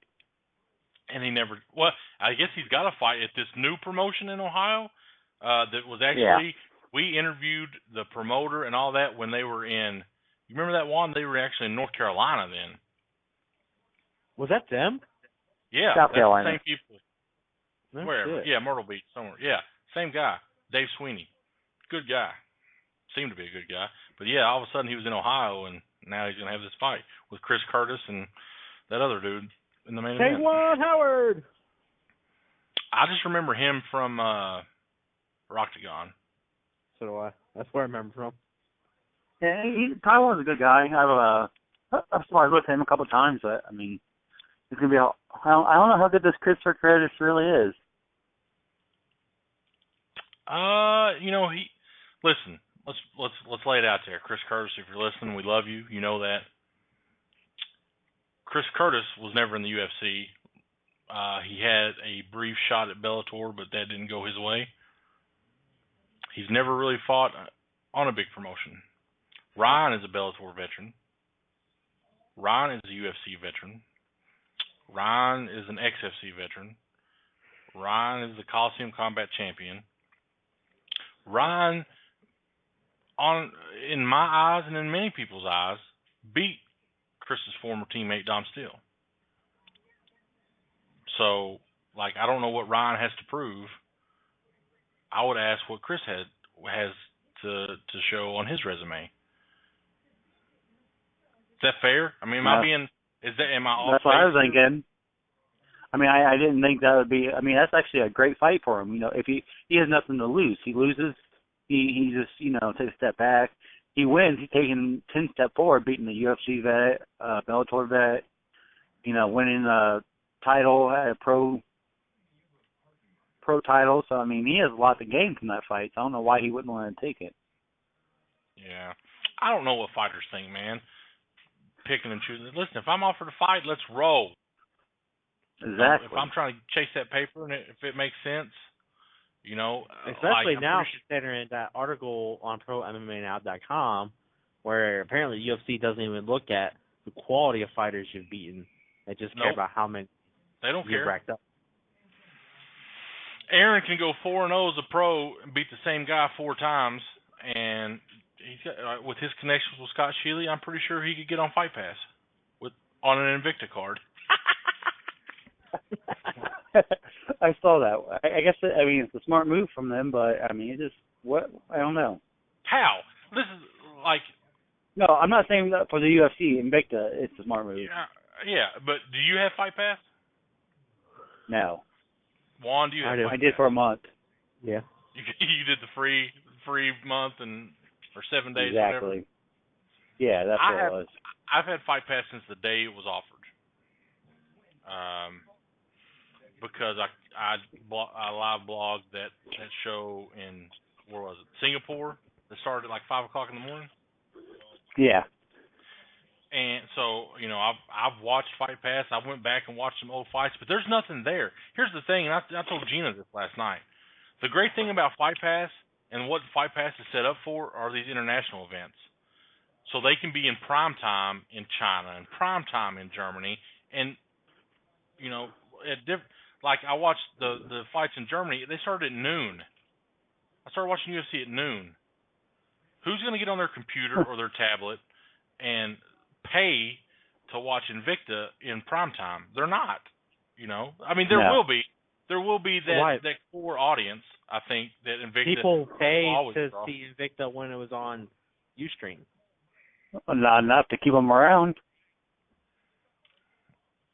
I think they will. I think you guys are missing the grand scheme of the picture from a marketing standpoint, that they're trying to get people to come to Fight Pass who may not have known about it or may have were at a point where I don't want to buy it, but now that they're on Fight Pass, they see all that it offers, they're going to stick around. So, if not, they at least got 1 month of service out of them. Otherwise, they wouldn't have got nothing. That's right. But let me ask you this. UFC has all that content. We're talking huge vault of content live events monthly. What the fuck could Invicta get out of this deal? Well, I mean, an audience. Yeah, an audience and $1 will get you a large Coke at McDonald's. You know, it's not. I don't see. They must be on like a set pay schedule, or because I'm sure they're not going to like take in. You know, they will be a very small percentage of what's offered on Fight Pass. So I can't imagine they're going to get a huge chunk of money out of that, especially when Fight Pass probably isn't even profitable right now. Oh, no, not. I mean, I'm sure there's some marketing or some contract payout for that. But if so, Invicta wasn't getting anything before. So what are they losing? Yeah, I mean, they're probably gaining money now. Like before, they were probably losing. So, I mean, it's a great move on them. I just don't see where the UFC is trying to take this. Trying to buy it all out again, just like they did Strikeforce and everything else, maybe. Oh, yeah, that's eventually going to be the case. Well, let me ask you this. Why would they? Why would they buy them out? Fuck, they take whoever they want from them anyway. You know? Yeah, fair. They took a whole fucking division. Only with the Shannon's approval, of course. Now, I'm sure they want to be in the good graces of the WMMA community, not to just kind of steal everybody away. They have the money to kind of purchase Invicta, keep that brand name, keep the library, keep everything associated with Invicta. So it'd be smarter to do what they're doing now versus kind of being a dig and just stealing the fighters. Yeah. That library is more important than probably anything. That what? You know the video library. Yeah. No, I thought you said library. It's a berry that lies. You talk more hickish and country than I do on. Pitcher, library. Wait, Abby just said He's don't too say close hick. to that border. Why can't I say hick? Abby says hick's a negative connotation. What if I say spick? Spick is more indicative of Juan's situation. You know what? I'm gonna call my people, and they're gonna come mow my grass, motherfucker. That's what's gonna happen. Let me know how those stitches work out for you. Abby's mad at me for talking like this. She doesn't know that Juan, not 10 minutes ago, expressed that he wanted a job mowing grass. You want to get back to the but hey, so my second post now. We're done with that. Wait, didn't you call me racist last weekend? Or last week? No, against white people. Who? No, I don't know. Did we talk about Isaac Cook last weekend, or last week? Who? What? So Isaac Cook fought that OFC card. I don't know what the hell he did afterwards. He's the one with the big beard and started rambling on after that he won his fight. You remember that one, or do you? I don't know. I didn't hear. I didn't hear a word you said. All right. So you remember Isaac Cook from the OFC fights? The what? The Ohio Fighting Championship. Yes. What about it? So you remember that fight, and after his what fight? Oh my God! I'm about to kill you. Is that racist right there? Isaac Cook. Fights. Isaac Cook fight. Yes, Isaac Cook fight. And he rambled on about something. I couldn't understand. I don't know if you understood him. I don't think it was a bunch of rambling. The sound system wasn't that great. Where I was sitting at. Hey now. Oh. It wasn't my sound system. It was the house system. Yeah. So yeah, he I guess he called out a whole bunch of other fighters, and I don't know if you saw it on the Real Ohio page there, but now he's started a whole bunch of people that want to kick his ass now. Nice. So yeah. Hey, that's a good way to get fights. I mean, to call people out. Trash talk them. But all the people he's called out are under 500 people. So he ain't gonna fight anybody good. Yeah. Well, then again, it goes back to that question. Does it matter who you fight as long as you're going to fight? Such as, a.k.a. Chris Curtis, Ryan Thomas? Hey. It's a good debate. But hey, I might have a fight for Ryan Thomas. I'm trying to get hold of that Mark, and Tim he Willis? doesn't return my phone. Well, I got hold of Tim. He wants to fight, but I have been trying to get hold of Mark, and he hasn't called me back. Mark Slater? Yeah. Word. So I'm trying to get hold of him. He doesn't want to talk to me, I guess. You want me to call him right now? Yeah, tell him Aaron Garrett wants to talk to me. Everyone needs to talk to Aaron Garrett. Aaron Garrett. All right. So this is your first. Like, I feel like MMA can be huge in Columbus, based on OF former UVC cards. Obviously, the UFC had one of the biggest crowds in North American history there. How excited are you? Like, without giving away too much, like, how are ticket sales? What's the buzz like? What's the people on the street in Columbus saying about IT Fight Series? Oh, it seems like it's going to be a great event. We got some tickets going out. We got, I'd say, over 75% of our tickets out, so we're looking good there. Everyone's excited about, seeing Chico making his pro debut, so a lot of people want to go just see that fight. We're not doing a lot of, it's not a big, huge event for us, just because it is our first time in Columbus, but we're going to make it as big as possible we can. So Aaron, if I was a promoter, I wanted to increase ticket sales. You know what I would do? What's that? I would offer them online for people to purchase. They are online for purchase, and I've had 20 people buy them already, mister. All I've seen was called the 937 something kick. No, we have them on our Ticket River. No, it's the office number in Bellefontaine. Wait, Bellefontaine? IT Fight Series? Is it like the gym's office number or like IT Fight Yeah. Series office number? The gym number, where we have a secretary, so people can talk to her and not me. Although every time we have a fight in Lima, I put my phone number in there. Not the greatest idea to do, but. Is Jade okay? Well, no, she broke her hand. I saw that. Yeah, she was supposed to be on this card, and she broke her hand. She didn't look happy in the pictures that Scott posted. So I'm going to the IT Fight Series Facebook page. Went to the IT Fight Series 26 Facebook event, and I just don't see this TicketRiver.com anywhere. You know, I'll do it just for you tonight. Now, I've been posting it little by little. A lot of people just want to buy them from the fighters, though. Oh, you're right. You're absolutely right. A lot of people do. So that's why we put the phone number on there, and then we'll just give them the website. But you can eliminate that step. We like to talk to our fans, Juan. If Juan's so smart, he'd have his own MMA company. I would, but what would be cool is if we could sell them on Bluegrass MMA and then get like whatever the fighter's commission is, we would get that commission. Yep.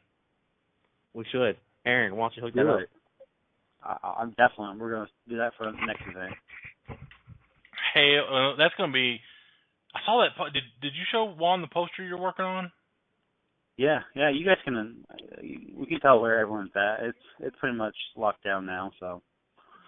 Well, I just want to talk about the poster because it was so Aaron. dark, but it was so good. Need a little bit of color in it, but it was dark. You haven't seen an updated one yet, have you? I haven't. Juan has seen the updated. I have. Dude, yeah. I told Aaron it was the best poster I've ever seen from. It was amazing. So Aaron's gonna teach me the ways of Adobe. You should, because you need help on that. I don't have it. I need something on it. Talk amongst yourselves. I gotta go pee. What's that? Thank you for the update there, Gary. We appreciate it. He's going to the bathroom. Have you added more to it since I saw it last week? No. Gary just hasn't seen it with all the fighters on there. Gotcha. No, so